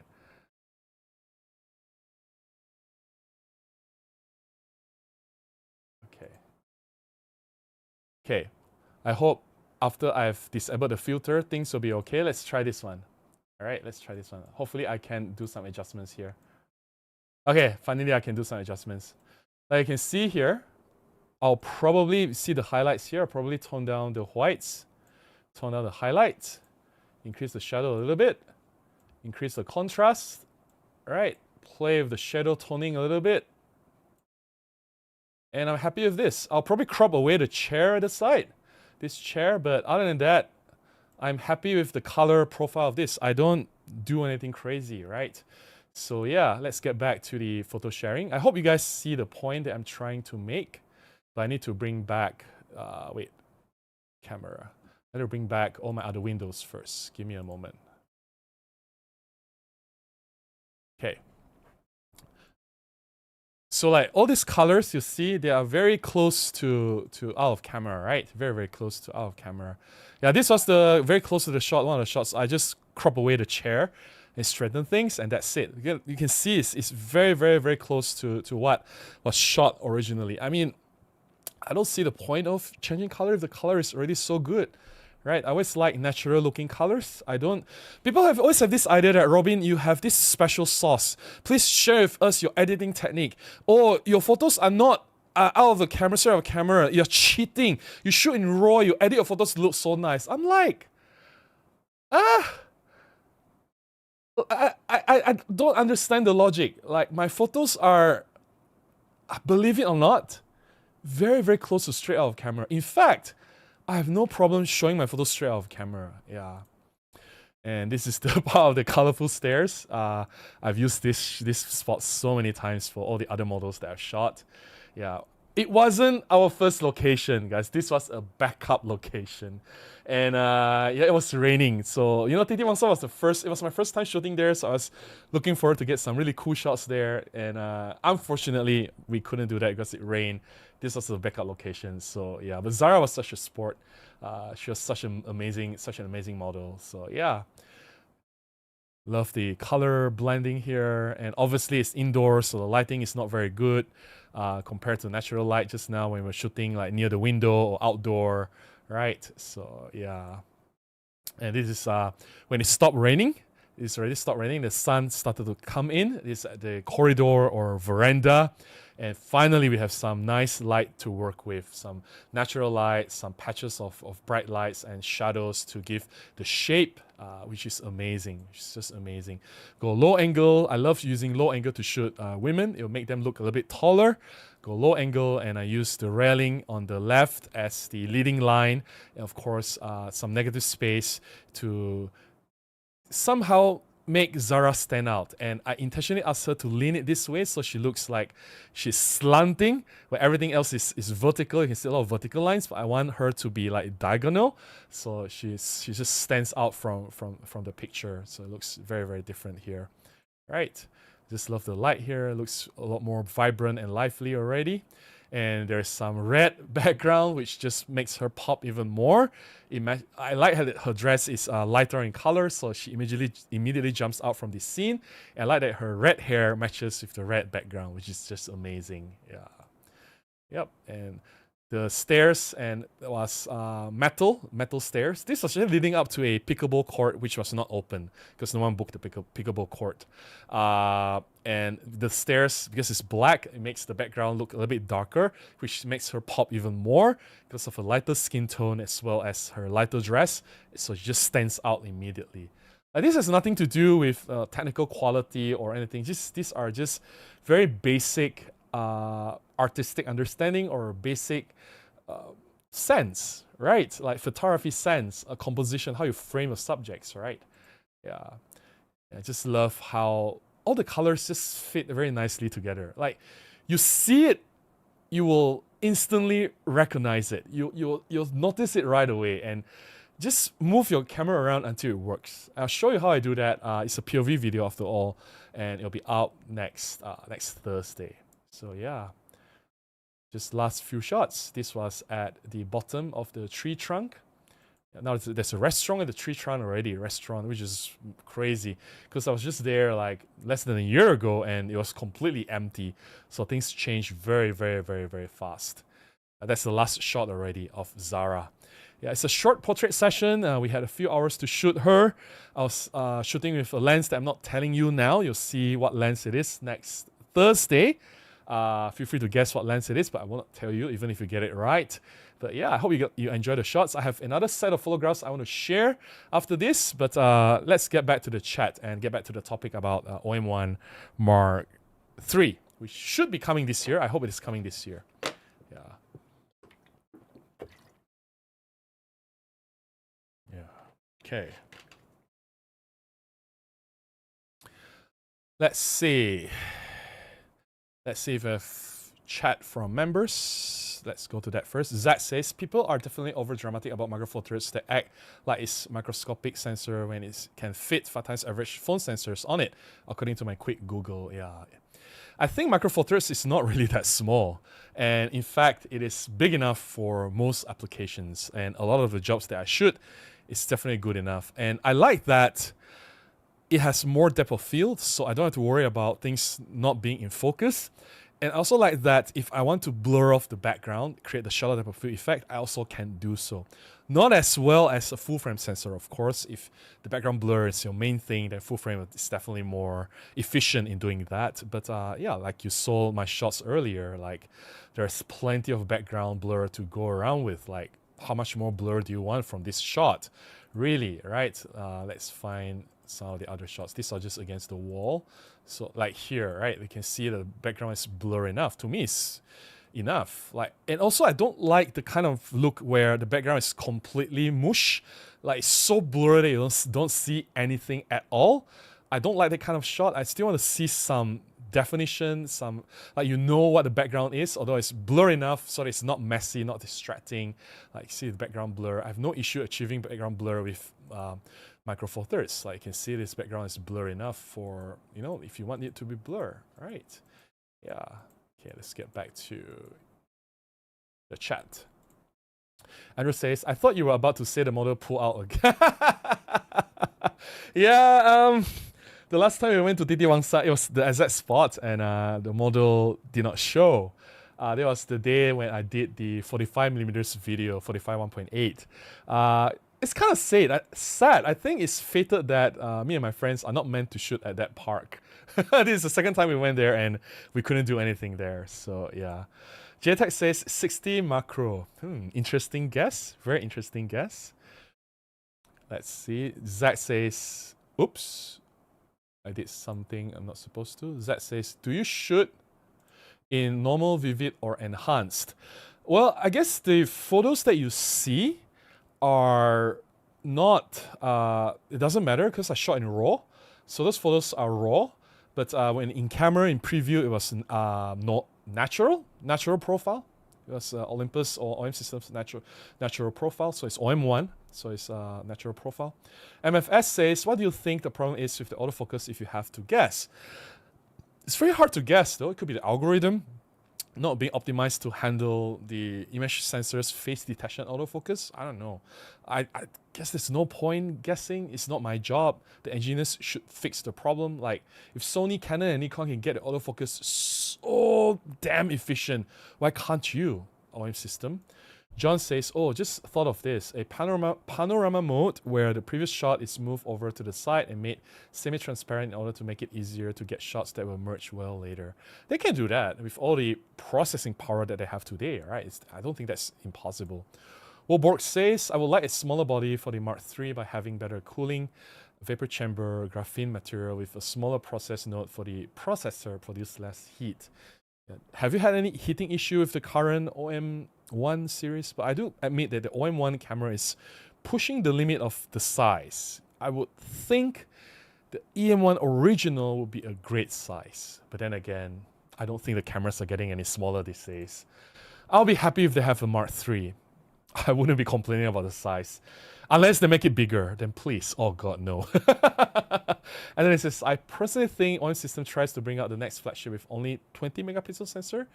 It will not fly. Yeah, I hope they don't do that, right? It will be suicidal. Captain Webb says, it'll be interesting if the TruePic 10 can be used with a higher resolution sensor. I'm sure it can. Sensor and processor, they are like both different things. I don't think one is related to another, right? Maybe OM Digital Solutions can get access to smaller chip structures when designing the successor. Later, TSMC stuff could be insane. I'm sure it's not a problem, it's just whether they want to do it or not. And Peel says, I mean, you are Micro Four Thirds fanatical, but you're also a modest one because you will always be reasonable when testing other cameras. I try to be honest. I try to, because it's not easy building credibility. And it's not easy getting people to trust you. And like, we have this level of trust. I don't want that to go away just because I lied to you about something, right? So what's the point, you know? Yeah, unlike some other reviewers out there that can just suddenly change their mind about something, right? Yeah. Anthony says, if they introduce a new flagship with a small 4 megapixel bump in resolution over the current 20 megapixel, it'll be a different story, especially if they introduce a new image processor with it.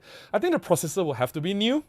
They can't just use the same processor over and over again, but I also think 2024 is not enough. Yeah. Larry says, so honest talk, I went to Sony S7 5, amazing image quality. There you go. Nobody's going to question a full frame's image quality. They have always been better than Micro Four Thirds. That's just science and physics, right? Better resolution, better dynamic range, better high ISO performance. Overall, you get better image quality, and the raw file is easier to edit. Like, you have more headroom to push around with shadows and highlight recovery. It's just overall a better system. And once you see the magic, it's very hard to come back to Micro Four Thirds. And I have many reasons stopping me to go full frame. I've talked about this many times already. Why I'm not going to full frame, or why I'm staying with Micro Four Thirds. So I'm not going to repeat myself, but the truth is the truth, right? Micro Four Thirds, if you compare full frame will give you better image quality. You can argue all you want until the moon falls down on Earth. You know, the fact is the fact, right? Jerry says, hi all, I just had a photo walk, wide angle lens and black and white, away from comfort zone. EPO 8 and Samyang 12, no go for Robin. Of course, no autofocus, no go for Robin. But I'm glad you had a nice photo walk. MFS says, I found EM1 Mark III on MPB for about 560. I jumped on it. Okay, that's good for you. All right. Captain says, what could be interesting if OM Digital Solutions could use Blackmagic sensor? Don't know what this would enable. Maybe better pixel binning in low light situations. I don't know. I feel that the image sensor, the Bayer sensor is not a problem, right? Like Sony is using Bayer, Fuji's not. Fuji's using S-Trans, but Nikon, Canon, they're using Bayer. Like, everyone is doing fine. I don't see any issue with that. John says, Capture One's apply enhanced denoise seems to apply a very tasteful reduction. I'm using 12 megapixels Nikon D3S, so this feature pushes its high ISO capabilities without rendering a plastic result. Yes, and I mean, my images just now, the one I've shown, they were taken with ISO 200, the most ISO 1000, so I don't even care about noise reduction really. And if you really look at them, like, what noise, right? Yeah, but Capture One is my go-to software. I find that it handles the OM system Olympus files, my Olympus, because it's EM1 Mark II, I still use it, very well in terms of resolution optimization, colors, and noise reduction and everything. It just does it really, really well. I agree with you, John. Blake says, I just ordered the EM10 original, very excited to try it out, new to the 4/3 sensor. It's a very good camera. I think EM10 is a very good alternative because there was the EM5 and then EM1 and then EM10. So if you don't need wider ceiling, if you don't need a magnesium alloy body, all the good stuff, a lot of people don't shoot in the rain all the time, then EM10, being a budget-friendly camera, is a better solution. Yeah, definitely a better solution. Yeah. Kola says Micro Four Thirds needs a breakthrough tech like global shutter to be attractive. But then again, global shutter may not be very attractive at this point because once you have global shutter, then there's like a downgrade in terms of image quality. There's a sacrifice, right? That's what they talk about when Sony had the global shutter in the camera, and then there's a penalty in terms of dynamic range and high ISO performance. So not really a good solution for Micro Four Thirds, where dynamic range and high ISO were not really the strength moving forward. Oh, the screen blackout again. Ziggy Boss says S7R Mark V 60 megapixels has only 50 megapixels if you crop to Micro Four Thirds size. OM-1 wins with 20 megapixels, 4 times smaller metric surface. Why would you want to crop? You have 60 megapixels. Use 60 megapixels.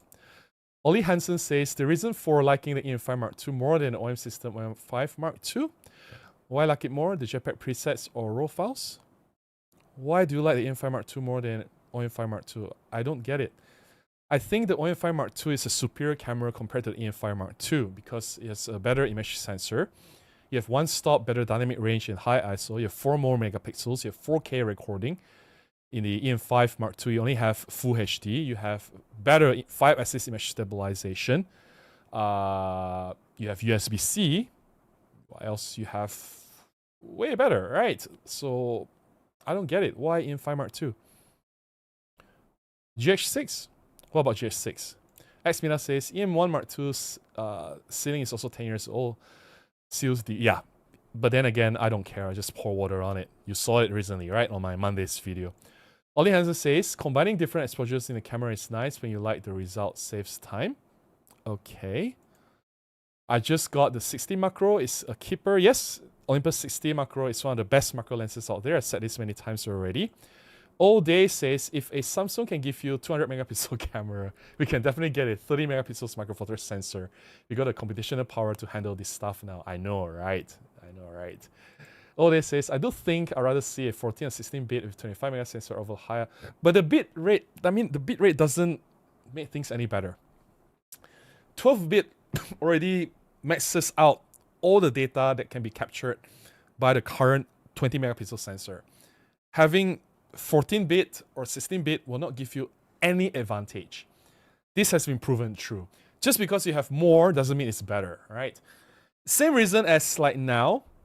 For example, I have reasons to believe that Micro Four Thirds lenses, the premium and pro grade lenses, can give you about 40 megapixels resolution. 40, right?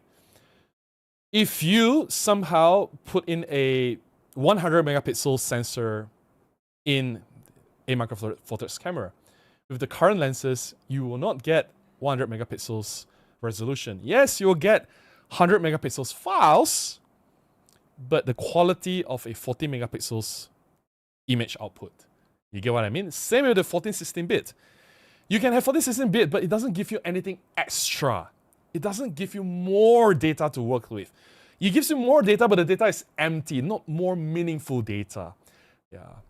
Ezra says, improve autofocus and video, new sensor with modest megapixel and dynamic range increase would be a nice to have, but not at the cost of computational photography features. No, I think increase of megapixel and dynamic range should be a priority over the computational photography features, because these tricks, at the end of the day, they mean nothing if the photo is not, the quality of the photo is not good enough, and if the autofocus can't even get a shot, right? Yeah. So yeah, autofocus and image quality will always be the core priority over all the other computational features. Like Live ND, I don't need it. Throw it away. Give me better image quality any day, right? Like if you ask me to choose between Live ND, higher shot, Live Composite, and a better sensor, let's say a 30 megapixel sensor with better dynamic range and high ISO. I pick the better sensor with better dynamic range and high ISO over Live Composite, over handheld higher shot, over Live ND. I can throw this all away. I pick the better sensor all day long. When you compare prints from different resolutions, you will know how few megapixel you actually need. Who prints anymore? Like I went to this a lot to a few print talks and printing workshops, and you know they talk about prints and everything. Like it's kind of sad, right? Let's say I have a photography exhibition. Let's say I pay a venue, I pay an art gallery, I hire it for a month, right? I do my solo exhibition. I put up like 40 prints, large size. Quality is not a problem. Let's say I print it large, put it out there. Let's say in a good day, on a Saturday and Sunday when people are not working, how many people will visit that venue in a day? 100? 200? Right? Let's say I get an average of, I mean, if you get 200 people to come and see your photographs per day, they'll be that amazing, right? Let's say I get 200 per day. In 1 month, let's say 30 days, the exhibition is ongoing for 30 days, right? 30 days, I have 200 people per day. How many people in total will be seeing my photographs in display? 6,000 people? That's 30 times 20, 200 times 30, right? So that's about 6,000? 6,000 people who saw my shots, right? I can get more views on my photos in a single day on my YouTube, on my Instagram, on my Facebook, on my blog. In fact, my blog, during its prime, I get 50,000 views per day. 50,000 views on my blog. Why would I want to waste my money doing prints when there's so few people look at it? And honestly, talking about appreciating print, talking about print quality and everything, do you really think out of these 200 people per day, or out of the total 6,000 people that went to the exhibition, do you think these 6,000 people will see the difference between print and their phone's screen, or the computer screen, or the TV? I can almost guarantee you most of these people will prefer to look at photographs on the smartphone. And the truth is, the most viewed medium, whether you like it or not, whether you agree or not, I'm just stating facts, right? The most viewed medium for photographs, smartphone. If that is true, why care about prints, really? Why care about prints, right? Yeah. Otis says, I wonder if OM system could find a way to have the dual TAM? Dual gain tag, okay. Yeah, I mean, Panasonic has it, right? In the GH5S. So I'm sure if they want, I'm sure they can implement it. If they really want to. The great Vanzini says, good day, Robin. Hey, how are you? Let me just enable something. I disabled something earlier on. Okay. Let's see if there's members chat. Wolfie says, hi Robin, sorry I missed the start of the stream, I just woke up. No worries, Wolfie, you don't have to apologize. You don't owe me anything, and you know, like, I'm not your boss, you know, so I'm just glad that you are here. And good morning, Wolfie. Juliet says, hi Robin, I finally made one of these. Hey Juliet, very good to see you here. Welcome to the stream. Zach says, I love my EM10 but only have contrast detect autofocus, was getting annoying, so I saw it and bought the EM1 Mark II. Yeah. The face detection autofocus makes a big difference. That's what separates it from the G9. Because a lot of people say, oh, but Robin, the G9 is so amazing. Well, yeah, until I miss my shots, you know, using the continuous autofocus, that's not fun. Wolfie says, I'm curious to see if OM is going to implement the improvements for better dynamic range on stack and partially stacked sensor that Sony and Panasonic have been able to do so, even if it's only with mechanical shutter. Well, they already have fully stacked sensor, in the OM-1. OM-3, and I don't see any improvement in terms of dynamic range. So Goofy says, if OM system can't fix the autofocus over OM-1, there is non-starter for me, no matter what features they can add on top. Yeah, they have to fix that first. I agree with you, Woofy, definitely. Oda says, they really only need to boost the megapixel count to be taken seriously by professional companies. Red35 talk about this. Agreed. Photos are amazing. Thank you so much. Appreciate that. 14-bit RAW will not give you anything extra. Trust me on this. Just because you have 14-bit doesn't mean you get better quality out of the RAW files. You have more data, but those are empty data that doesn't add anything meaningful to the photograph that you get. You will not see more colors. You will not see more dynamic range. You will not see better high ISO. It's the 12-bit RAW. The reason why Olympus and Panasonic stayed with 12-bit is because that 12-bit, the RAW in that 12-bit already captured all the necessary information that needs to be captured in the RAW file. You already get everything. Having more 14-bit, 16-bit, you will not get better shots, or you will not get better image quality out of it. We have a new member, Like Leads by Marcus. Thank you so much for joining as a member. Welcome to the Photo Walk Buddies. Thank you so much for the support. I appreciate that. All right. Ollie Hansen says, color separation is more important than resolution. In many cases, if you have many different green tones in the forest, they all look the same. That is a fail. Okay, I've never had any issues with color separation though. And I have a lot of green forests. I'm in Malaysia, a tropical country. Oh, it says Xmida and Ollie Hansen agree with both of you all. Okay. Wow, how do I pronounce this? Sneaky channel? Sneaky? Sneaky says, is EM1 Mark 1 still good for 2026? Depends. If you can get the EM1 Mark 2, go for it. But if you're on a very tight budget, I think EM1 Original is still a good camera. And I've made so many videos talking about the EM1 Original already. So if you haven't done so, feel free to check my older videos. Esmina says, even my EM5 Mark 3 is still good in 2026 or even in 2035. I hope it lasts until 2035 though. That's like 10 years from now, right? I don't know. Electronics don't last forever, right? Ollie Hansen says, I just shot an event with the EM5 Mark II. It is not the last time I will do that. Yeah. If they can squeeze the 40 megapixels high res and 4 shots, it will be okay. Handheld? No, they can't. They cannot do that. Do you know how the high res shot works? It works by random movement. It's not precise. So for the precise movements, it takes 8 photographs. So because the movement of the handheld high res shot is randomized, because your hand holding it, right, compared to tripod high res, you need more than 8 shots.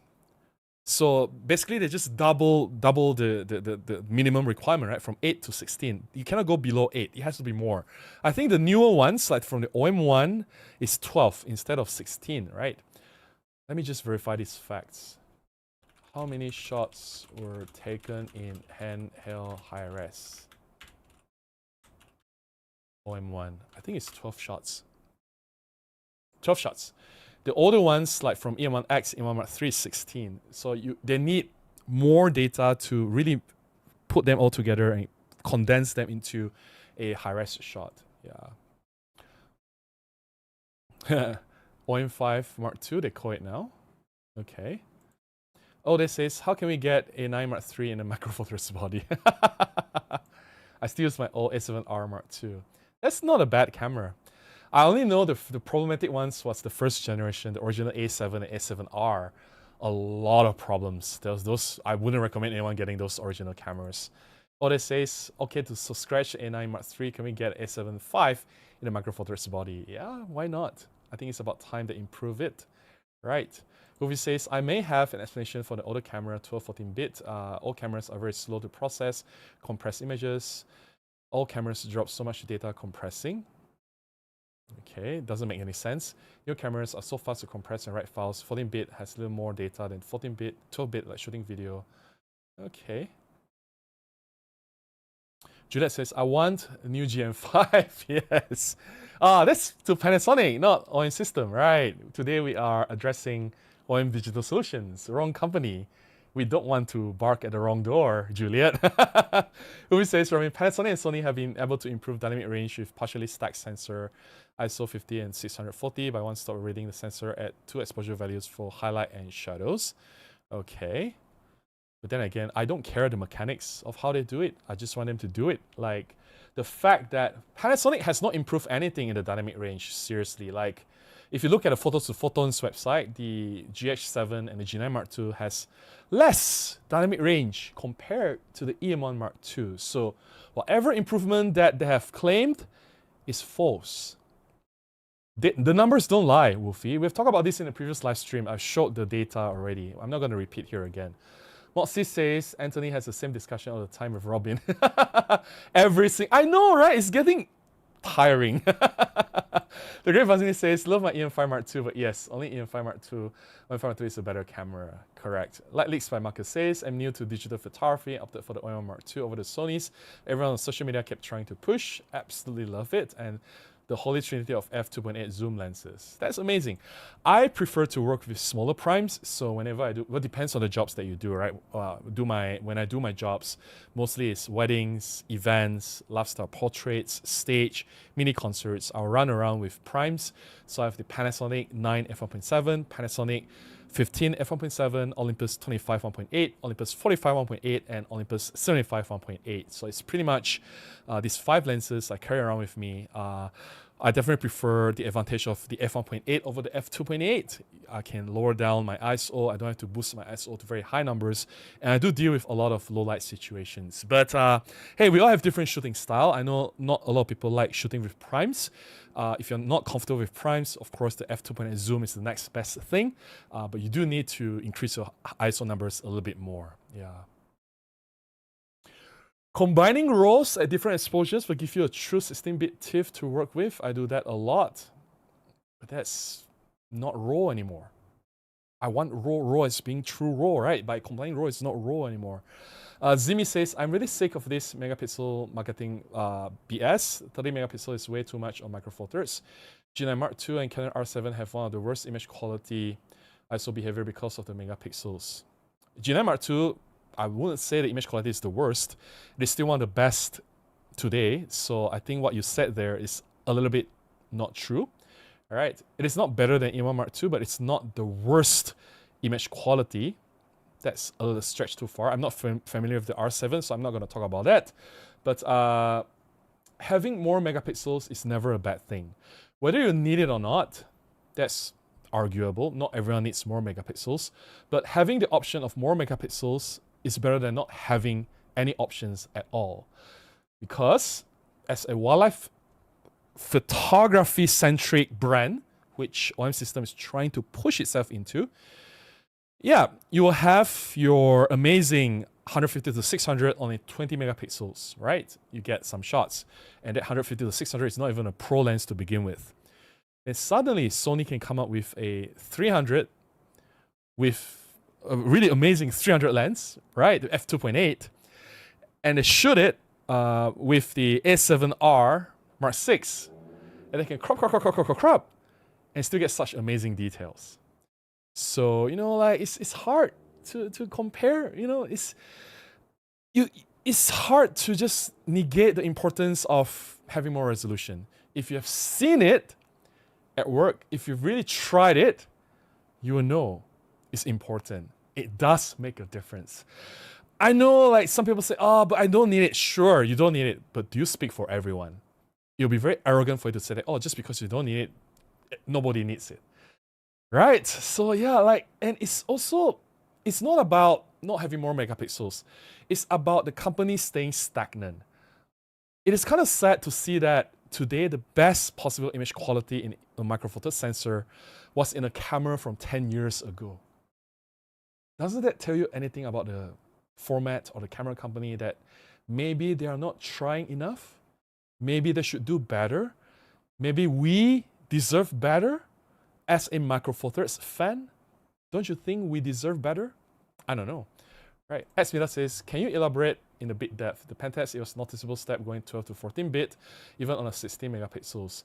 Well, let's just say that you already get everything that you need out of the 12-bit. Even if you have a 14-bit, it will not give you anything more. It's as simple as that. Yeah. Thank you so much, Zimmy. Oli says, the smartphone is like a TV diner, and then we talk photography, more popular than expensive restaurants, but better? No. Smartphone is a TV dinner? What is a TV dinner? I don't understand. The Great Vanzini says, I use S on my OM-5, focusing is quite fast. SAF on my OM-5. So way better than my Fuji. But then again, Fuji always had focusing problems, right?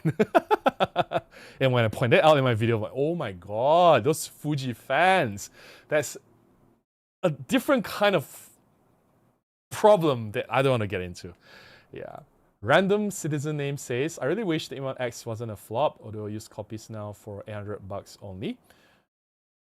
800 is still quite expensive though. Like the OM-1 Mark II is only like $500, so that's still decently expensive. The reason why OM-1X was a flop was because it wasn't really that much better than OM-1 Mark II. Same sensor, basically same output, same burst rate, same autofocus capabilities. Not much of a differentiation from the OM-1 Mark II, so why spend more money if you can get most of the things in a cheaper body and smaller body?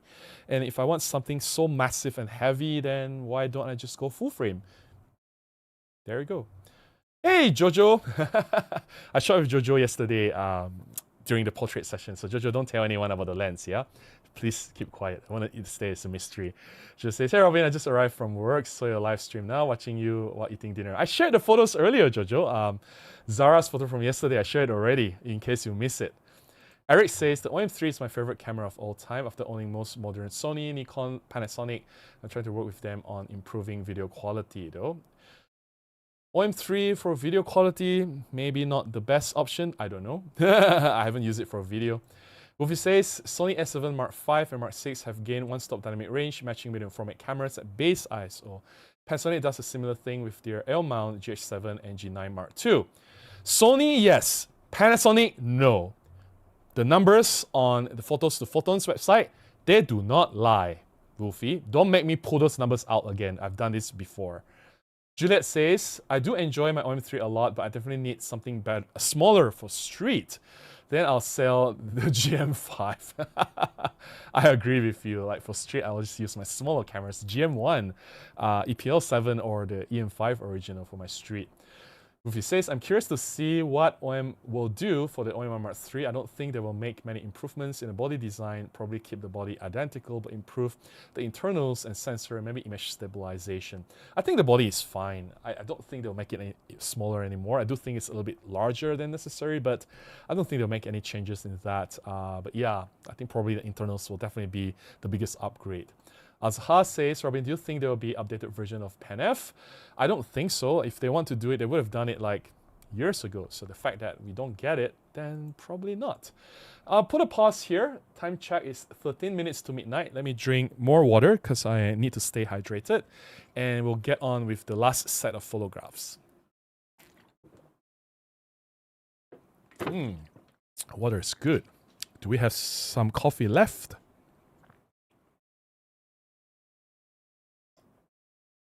Okay, last set of images. For these photographs, these are a compilation of some of my macro images I've taken in the past 1 year. And I'll share these photographs this coming Monday. I will talk about diffraction. Because a lot of people ask me, hey Robin, like, aren't you afraid of diffraction? Why are you shooting at f11, f13? You know, like, your photos, aren't you afraid that the photos will become soft? I will argue that the softness, yes, I see it, but it is not as important as the depth of field that I'm getting from my macro shots. And sometimes you need to stop down to get that extra depth of field. And yeah, it's going to be a little bit soft because of diffraction. I'm not saying the diffraction is not there. It is there, but it's not the end of the world. And losing a bit of sharpness to gain a bit more depth of field sometimes can be beneficial.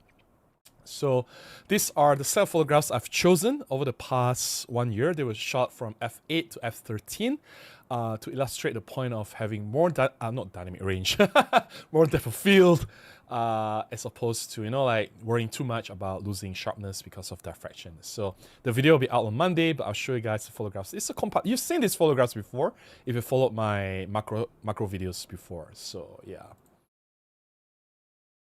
That's quite recent actually, about a month ago, I think, the stick insect. Shared this before, stick insect, which is very interesting. I don't think I've shot other stick insects before. This could be the first time. I've shot stick insect in captivity, not in the wild. So this was my first encounter with a true stick insect. And honestly, you don't need macro for this. A kit lens will do. You don't need macro for this because it's not small. It's not really that small. Tiger beetle, which is very interesting. And it's quite small, actually. It looks big from here. It's quite small. So you need like, I think I shot this at f8, f9. Yeah, I can't shoot at f4, f5.6. Yeah, definitely.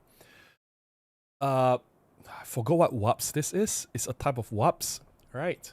I like this because it has a very nice shiny body, metallic green, and it has that orange part in the leg, which is very, very obvious. I tried to use AI to identify this, but it gave me all kinds of different answers. It gave me, one of the answers was a tarantula hawk wasp. Why would you have 3 different creatures in a name? Tarantula, which is a spider, hawk, which is a bird, and a wasp. Like, why do you have this? So confusing. Anyway, leaf-footed bug. This was interesting. This was the only time I saw this. This was about a year ago, and it was quite cool. I've not seen this again. It's actually very near. It's just like 5 minutes walk from where I am now in the park. I only saw it once, and it's so cool. This was shot at about f13. This was f13. Leaf-footed bug. I would love to see this again. It's so cool. Like, I don't know. It just looks... Sometimes the fun of doing macro is finding something you've never seen before. Or seeing something you've seen before, but they do something you've never seen them do before. And that's that thrill and excitement, right? And you get to shoot them. That's a privilege. That's the bonus. Yeah. This is Mitch. It looks like a mosquito, but it's not a mosquito, right? And nursery web spider. So I actually know where to find this. It's one of my regular spots for macro. It's at Bukit Gasing. There's so many nursery web spider there. So many of them. Yeah. Let's see. This is a lynx spider eating another, I think a jumping spider. Lynx spider eating a jumping spider, which is very cool. Right. It's always, I think, like I've talked about this before, right? The game of macro is about being out there enough. If you spend enough time out there, you will encounter more interesting shots. Shots of the bugs doing something unusual, like eating something or changing skin or having sex or, I don't know, like just doing something, right? But yeah, you gotta be out there enough. And you can't just spend like 1 hour, 2 hours a week and expect to get like amazing shots. And I obviously have not done enough macro. Obviously not as frequently as I want to. And I admit, I could have gotten better shots if I'm shooting more. And it's not about technique. It's not about, like execution or skill or anything. It's just about, do you see it or not? Is it there? And it's about your encounter of these amazing shots, right? If it's there, you're able to shoot it, right? Yeah, so I'm not out there enough, so I gotta spend more time. That's one of the things I want to do this year, do a bit more macro. Yeah, jumping spider, this at Bukit Gasing is so cool. Jumping spider, there's a lot of jumping spiders around, and if you're not careful, they usually will jump. Well, it's not about careful or not, they'll just jump on you, on your lens, and and that's it, right? Can't shoot them anymore. Yeah, leaf beetle. This is quite a big one, a leaf beetle, which is very, very cool. Always nice to look at beetle and their shininess. It's just so nice, and especially if they come in bright color like this one, the bright red, it's a bonus, leaf beetle. This is a giant robber fly. This is a shot with the OM-1 Mark II last year at Fraser's Hill, exactly 1 year ago. My only time encountering a giant robber fly, because all the robber flies are like maybe 50% or less of this size, maybe about 30% of this. This is like really huge. So yeah, this is amazing. A jumping spider eating a moth, I think. Yeah, I just love how this spider just buries its head on the moth. As you can see, all the fur all over the spider. It's like, roar, it's going and dig in, right? It's so cool. Yeah. And some flies going at it. Always fun to see nature at work, right?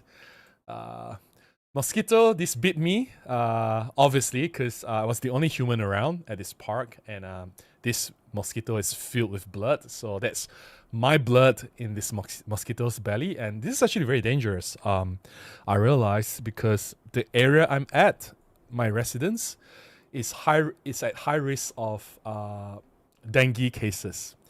In case you don't know, dengue is a type of disease caused by mosquitoes, carried by these Aedes mosquitoes. Once you get this disease, you have high fever for a few days. In fact, it's very, very similar to COVID. You get high fever for 4 or 5 days, and if you're not careful, you will die. You will die. And normally, dengue cases, once you get serious, you get hospitalized. It will take like days or 2 weeks to recover. So it's quite serious. And people do die from dengue. And yeah, and I was bitten a lot at that time. I get like dozens of bites. I can see them on my skin, all these mosquitoes, and I see them sucking my blood. And they don't care. I will kill them. And I have like splatter of bloods on my hand. I should have taken a photo of that. Anyway, next time I will do. But I was also very aware that there's a risk of me getting the disease, the dengue. So I did not stay long at this one spot. I get some shots. So I saw this mosquito in my blood. I was like, okay, you suck my blood. I'm just gonna take a photo of you. So there it is. A mosquito with my own blood in it. Yeah. And mimic spider, always a pleasure encountering this. This is quite a common sight. You just need to know where to look. So if you don't know what this is, I think this will look very confusing to some people. You can see an ant being eaten by a spider that tries to mimic an ant. The spider is on the left.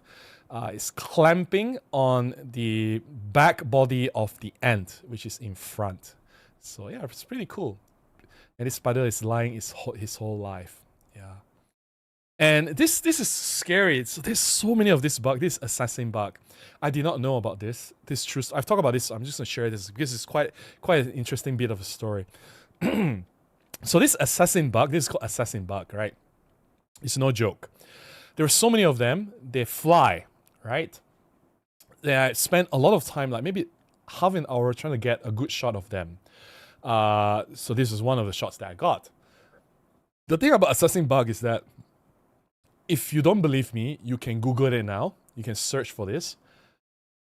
The bite from this assassin bug can potentially cause heart attack. I am not kidding. I was like, what? I was so near them. I spent so much time on them and they can fly.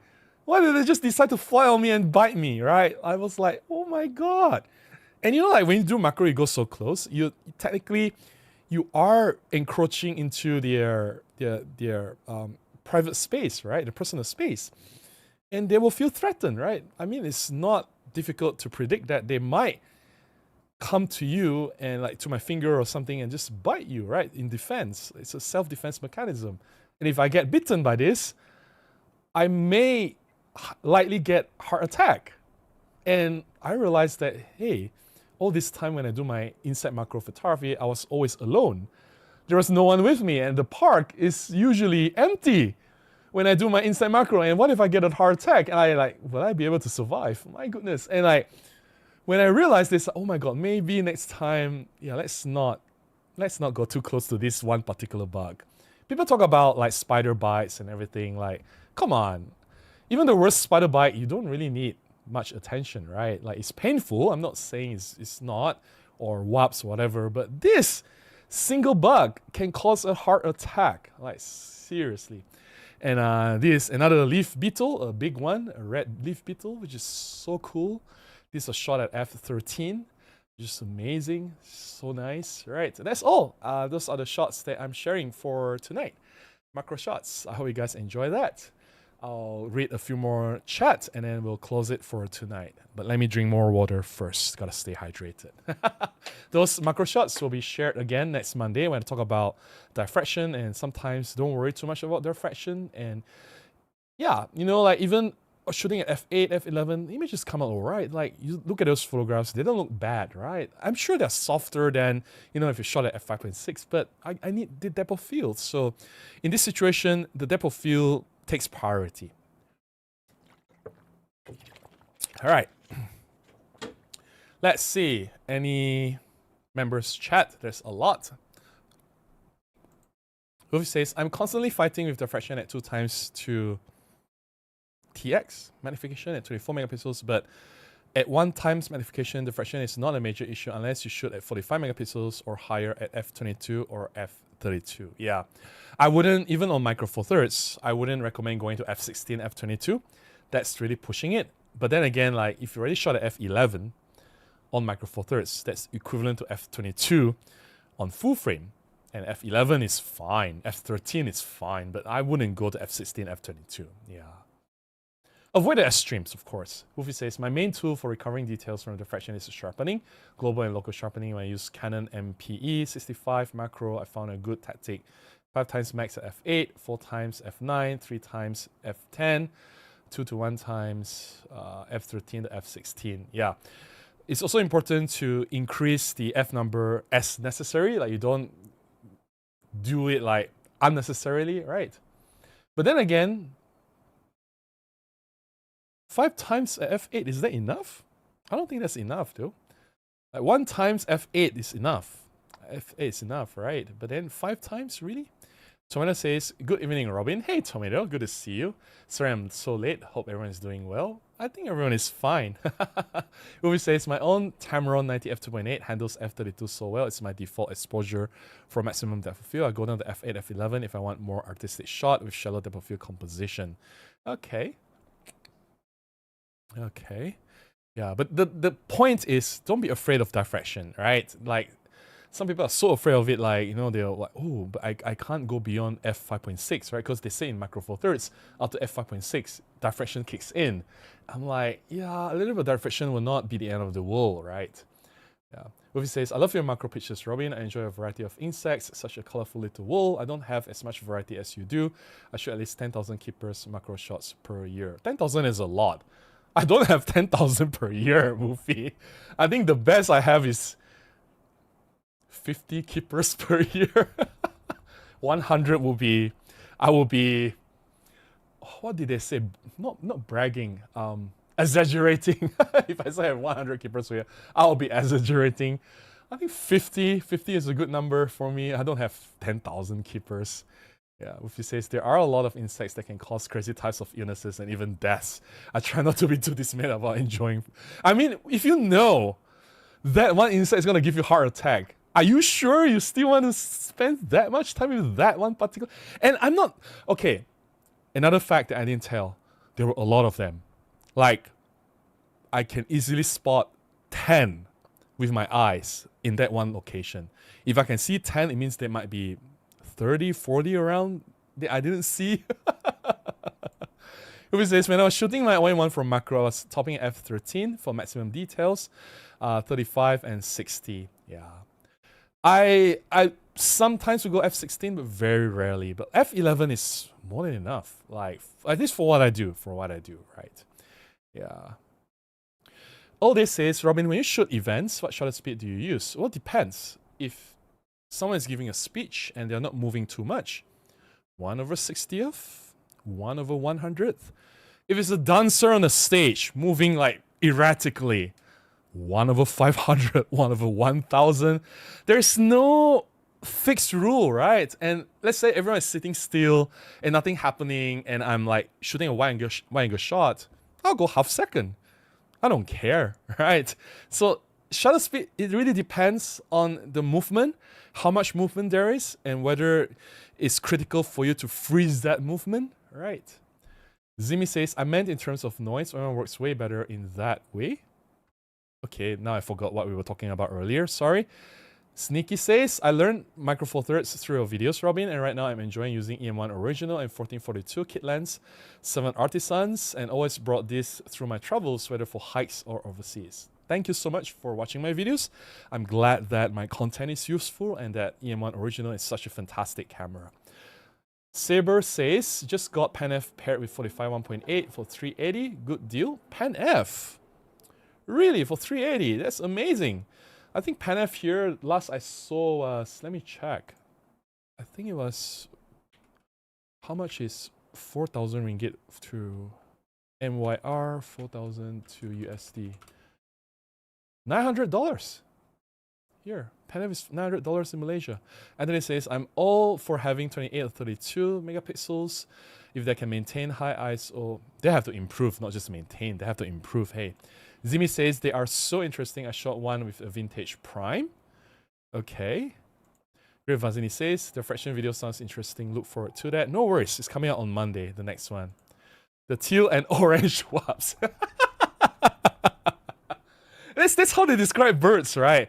Red-throated something or chestnut-crested whatever, right? Or blue-tailed something or blue wing, whatever. That's the exact description of the birds, right? Yeah.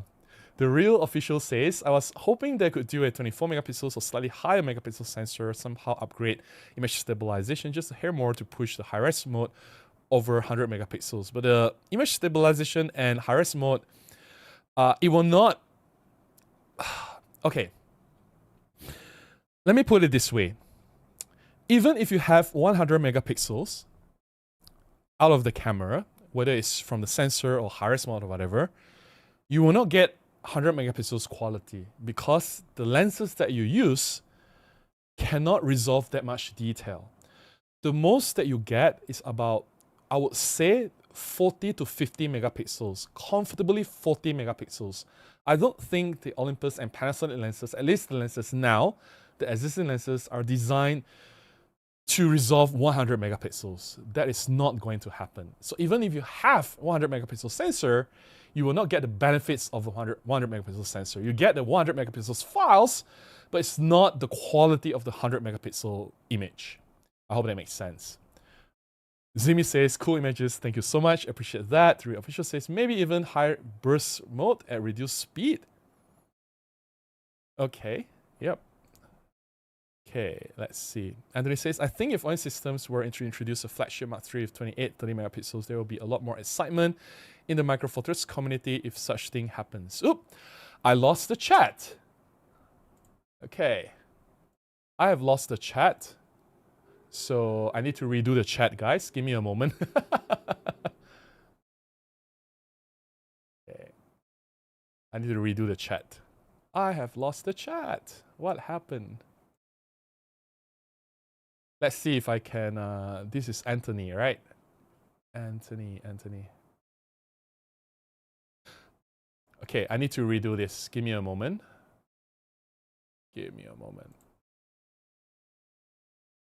Copy, live chat, paste. Okay. Okay, there we go. We are back. Wolfie says, there are a lot of insects that can cause crazy... Oh, we have talked about this already. All right. Shooting, yep. That's why I lost the chat. I lost track of everything already. But it's worth it because I use very high magnification. My photograph extremely small subjects like springtails, baby spiders, aphids, and I want details with the heads and the eyes. Yeah, I mean, depth of field is definitely more important than loss of sharpness, right? He says, I develop a love for headshot portraits of insects so much because they are so strange and outwardly. I try to do at least 3 to 4 outings per week, 3-hour sessions regularly. Well, I'm not as well disciplined as you are, Wolfie. I'm sure you have some amazing shots there. Where I am, Robin? Why did you lose me? Where did you send me? No worries. Yeah. Let's see. Always stay hydrated. Thank you so much. Great shots. My bugs are boring and great. Oh, I don't think there are boring. I don't think there will ever be any boring bugs. Hey, like I would enjoy shooting ants or fly or maybe not cockroach, but like I don't think there are any boring bugs out there, right? I shot F-22 once on OM-1 Mark II for a long exposure because I didn't have an ND filter yet, and at that moment, I think what you want is the slow shutter effect, right, of the water motion or something you want to do, and that takes priority over sharpness. So sometimes sharpness is not everything in photography. So yeah, if you need to narrow down the aperture, yeah. And then it says, I expect what we do see next flagship from our system is going to be more expensive because of the price of memory and electronics has gone up. Yeah, price, we're not going to expect it to go lower. That's for sure. Xmina says, but multi-shot can reduce some bare mask degradation. So the final lens resolution might be less limiting than process. No, that's not what I was told.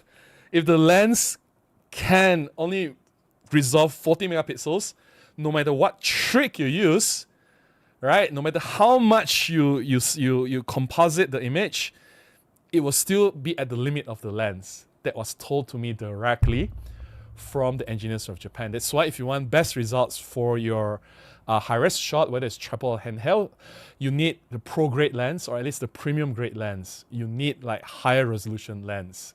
That is not true, Xmeter. Andrew says, you know what? I've actually haven't seen anyone macro of cockroach. I'm sure there are so many cockroach macro shots out there. Yeah, but it's just, do you want to? Do you want to see it? All right, I've caught up with the chat, and it's already 10 minutes past midnight. I guess that's it for tonight. Thank you for staying with me. I hope you've enjoyed this conversation. Yeah, I certainly did. We talk about OM-1 Mark III, whether it's coming this year. I think it is. And about our wish list of features and improvements in the camera. I hope that they listen to us. I hope we do get a new sensor and a bump of improvement in terms of image quality as well as autofocus. I hope you've enjoyed looking at my photographs. I've shared 2 sets, the portraits that I've shot of Zara with a mystery lens on my OM-1, which will come out next Thursday, right? And also shared the macro shots, which I'll talk about, diffraction, which will be released this coming Monday. So yeah, that's it. Live stream. Next week, we'll have members only live stream. And then after the next week, we have, again, the public live stream. So I'll see you guys in the next one. Until then, please go out and take more photographs. Bye-bye.